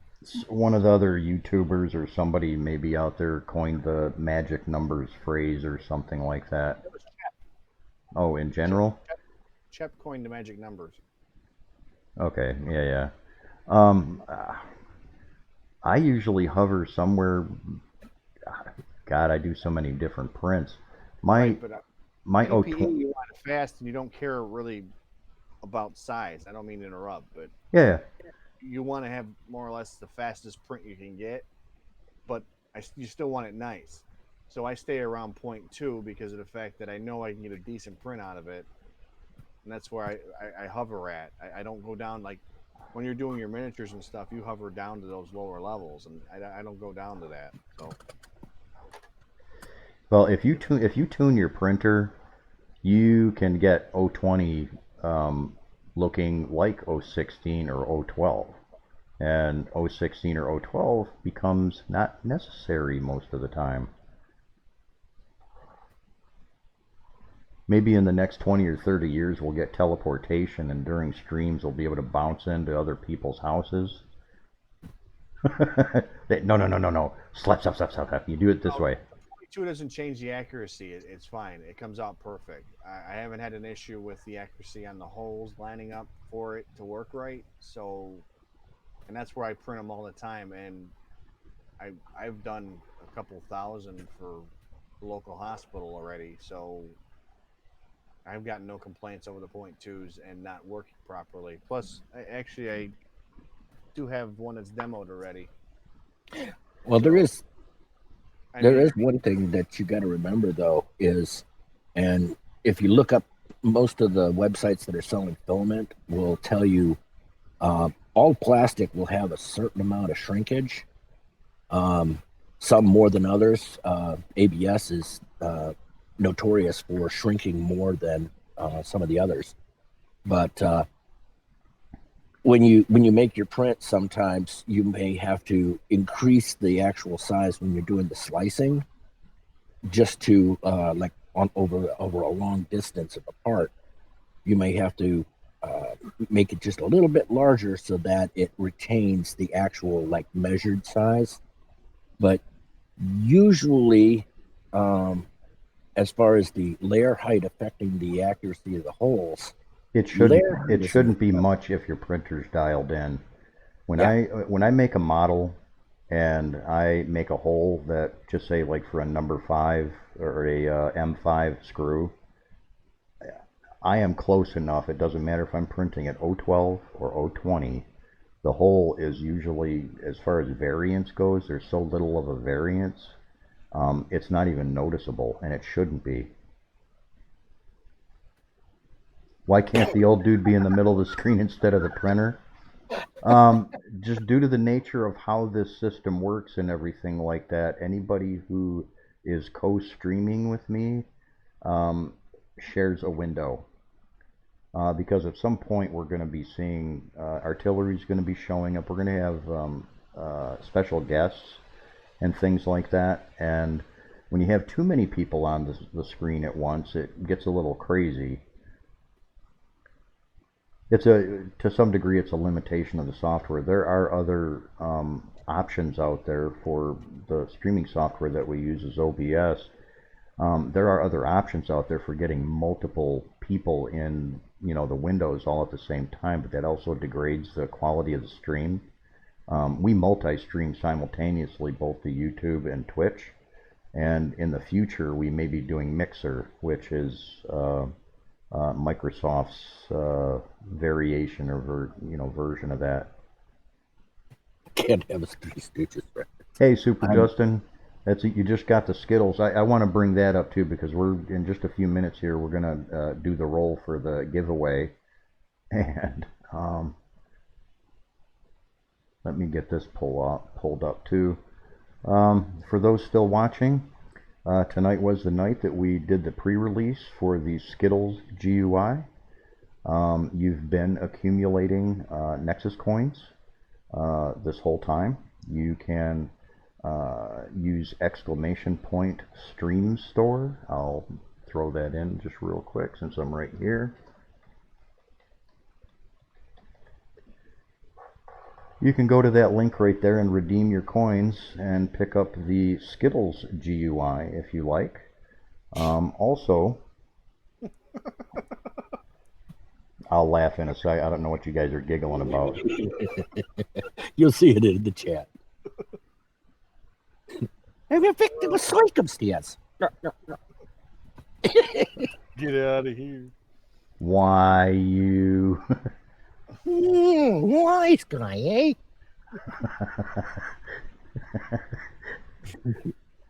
Bo Larry the cheese. Hey, Bo Larry the cheese. I'll take on Larry. Nobody likes Larry for some goofy reason, and I was just watching a documentary on these guys the other night, and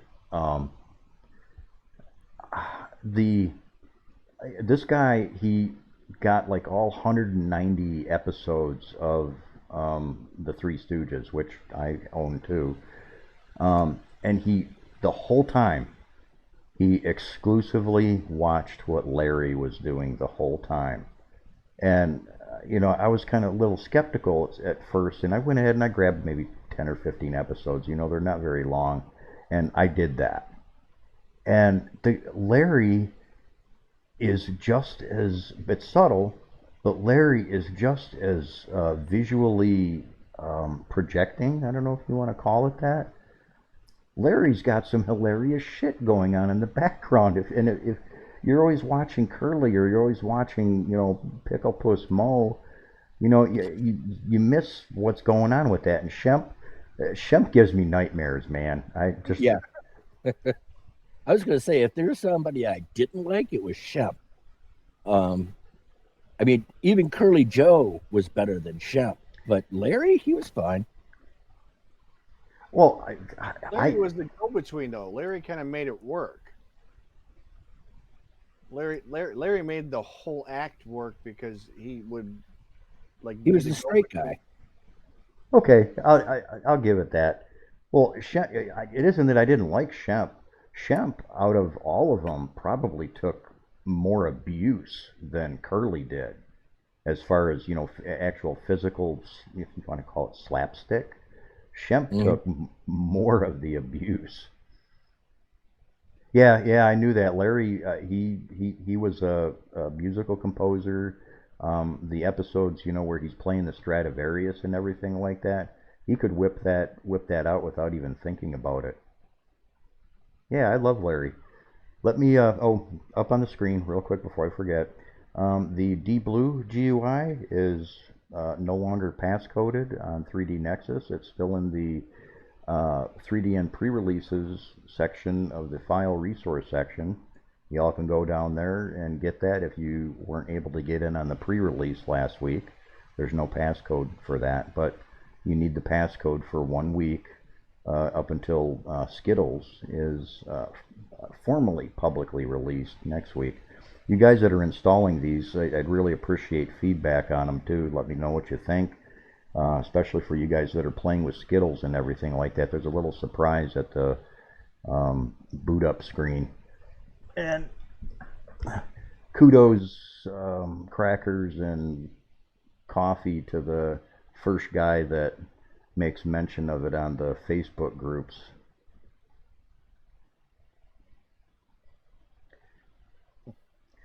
Yeah, Roxas, and just for all concerned, over the next week, I'm not going to put a time limit on it, But over the next week, I'm going to be retroactively refitting all of these GUIs, refreshing the advanced GUI to bring it up to date for the factory firmware. That's the firmware that comes on your printer when you get it from Artillery. I'm going to retroactively fit the advanced icons, the colorful beauties, the DiBlue, and also the Skittles. And by next week end, for the next stream, I'll hopefully have an announcement on the next UI and some of the other projects relating to that. And a couple other things going on there, but you have to stay tuned for that and watch the stream. I might drop something about midweek when we do the daily dose, but we'll have to see. I'm gonna bounce over to the giveaway screen here, and I think it's time, if you all ready, we're gonna roll and see who won that, because we are actually past our... Yes, Roxas, mesh bed leveling will call out to you. Mm-hmm. Tad said to me earlier today, what was it, emulation or copying is a form of, what is that?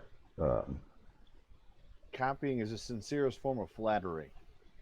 Yeah. Well, it still takes about 5 little sausages to make one big sausage. So, hey, we pull no punches here at 3D Nexus. Either people are going to get used to that, or they know what they can do with it. So, let me get the leaderboard up, because I'm really interested in seeing if it's going to announce this to you guys. I'm going to go in there and do the roll to see who won the shebang here. 6-sided die or 6-sided die? No, the system does it for us. I was being funny. You said you're going to roll. Oh. I know, I'm not funny. It's okay. I get it. Okay. See, drum roll. And just grumpy enough. Yep. Grumpy won. Did it actually give a... Yeah, put up on the chat. That's awesome. All right, awesome. I feel better too since... rigged. Pardon? His laughing so Rocky put it there, rigged. What? Exclamation point, rigged. It was funny. Oh, I thought it said triggered. I thought it said triggered when I first saw it. Well, hey guys, maybe what I'll do is I'll see about maybe trying to whip another one of these up in the next week or two. Yeah, you can't be grumpy anymore. He has to be happy now. I'll contact him and let him know. That's awesome. Like I said, I feel a little bit better since I was trying to figure out what the whole issue was with the giveaway. Anyways, I missed all of his happy images that he put up in chat for us to look at, and never got a chance to do that. That's kind of my bad. It's not easy being me sometimes. But okay, that's awesome. I would break out the violin, but it's too small. Well, now that I got that part of it, working, I will. No, Bolos, it's got its own roll feature. It's completely random, and I was hoping like hell, because Taz has one free ticket. I had one free ticket somehow because I was testing earlier today, and I was hoping like hell that neither of us won, because then I was going to have to shut it down and reopen it and re-roll again. So, and I would hope that would work, because then that would have put me in a precarious position to hope. Hey, come on. Then we'd be getting a bunch of rigged all through the screen. No doubt, no doubt. Be like, you guys are lying. Yeah, but what we need it for? I mean, we already got the darn fans and ducks and stuff, so yeah, it wouldn't make any sense for us anyway. But I don't know. Does I'm not sure. I don't remember what he said, honestly. yeah, were you guys? I wasn't watching either. I was gone when you guys were. where he lived or not. I thought he said somewhere by Pennsylvania, but Oh, it wouldn't matter. no, Would- 'cause it goes anywhere. It's shipping worldwide. So Yep. I'm not charging anybody for shipping it out to y'all. And like I said, I'll do another one. I should at least sign it for him. Man, you know, that gives me an idea. If you guys want it, we were goofing around and we have some. Hey, why does my coffee cup keep coming back up? I don't know. Just trying to tell you something. Yeah, well, You keep hiding behind it. That's why. I've been on a very long day, man. I've been up since early this morning, maybe 7 a.m., 8 a.m. I was the printer that you're looking at in the lab cam. I was expecting that to show up. Well, I've been expecting it since Monday. I'm not going to get into that gripe. It finally showed up today, and my intent was to do some video of the Z-banding fixes that we were talking about earlier in the stream and get a kind of a really nice presentation set up for you guys. And the frickin' printer didn't show up till noon or 1 o'clock this afternoon. And I was just basically here pacing back and forth trying to prepare for it.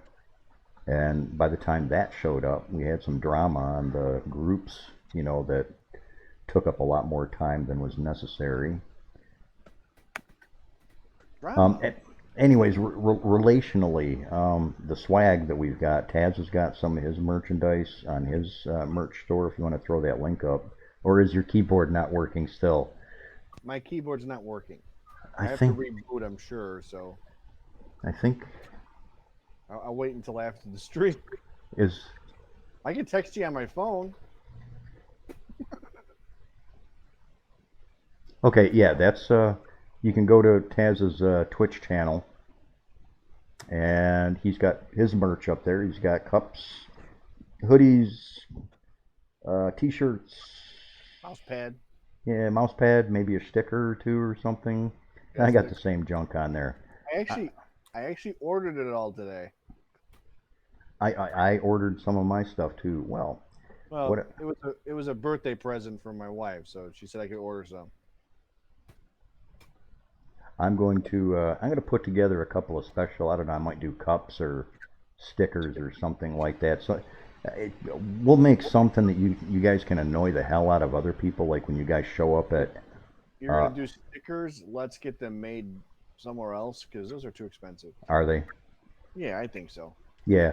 Well, to be honest, for even our cost, it's just cheaper. To actually, I got a printer that can do that cheaper. we'll get some annoying stickers made that you guys can take to like some of the rep rat festivals and things like that.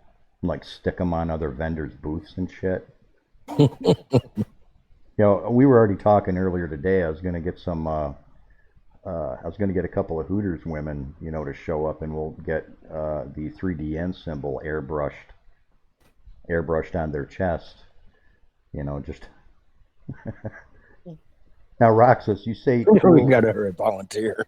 Roxas, you said cool. I'd do that. Does that mean you'll let us airbrush the 3DN on your chest, or you'd go around popping stickers, Yeah, or put stickers, or put stickers on your chest?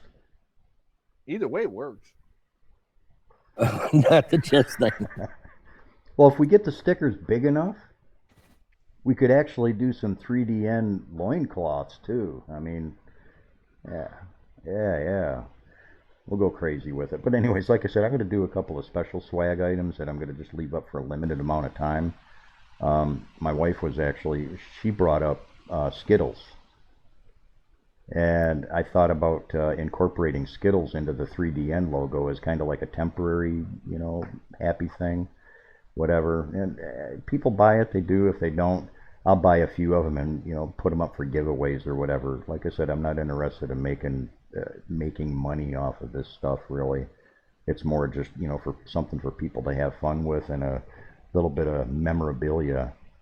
And if you really want, I'll sign some. Yeah, I'll sign some stuff. Why not?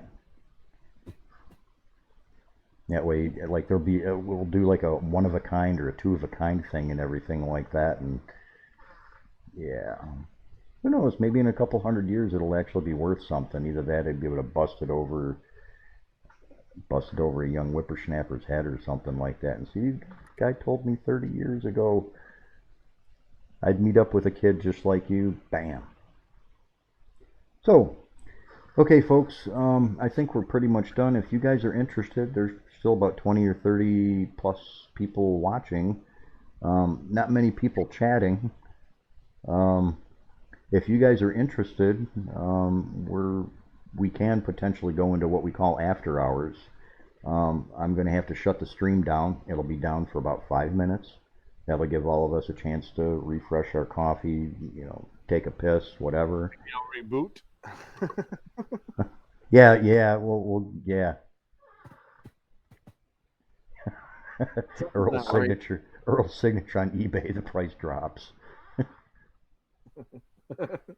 Yeah, we'll go into after hours. We'll do it for as long as we feel like. I'm probably good for maybe another hour, maybe. We'll see.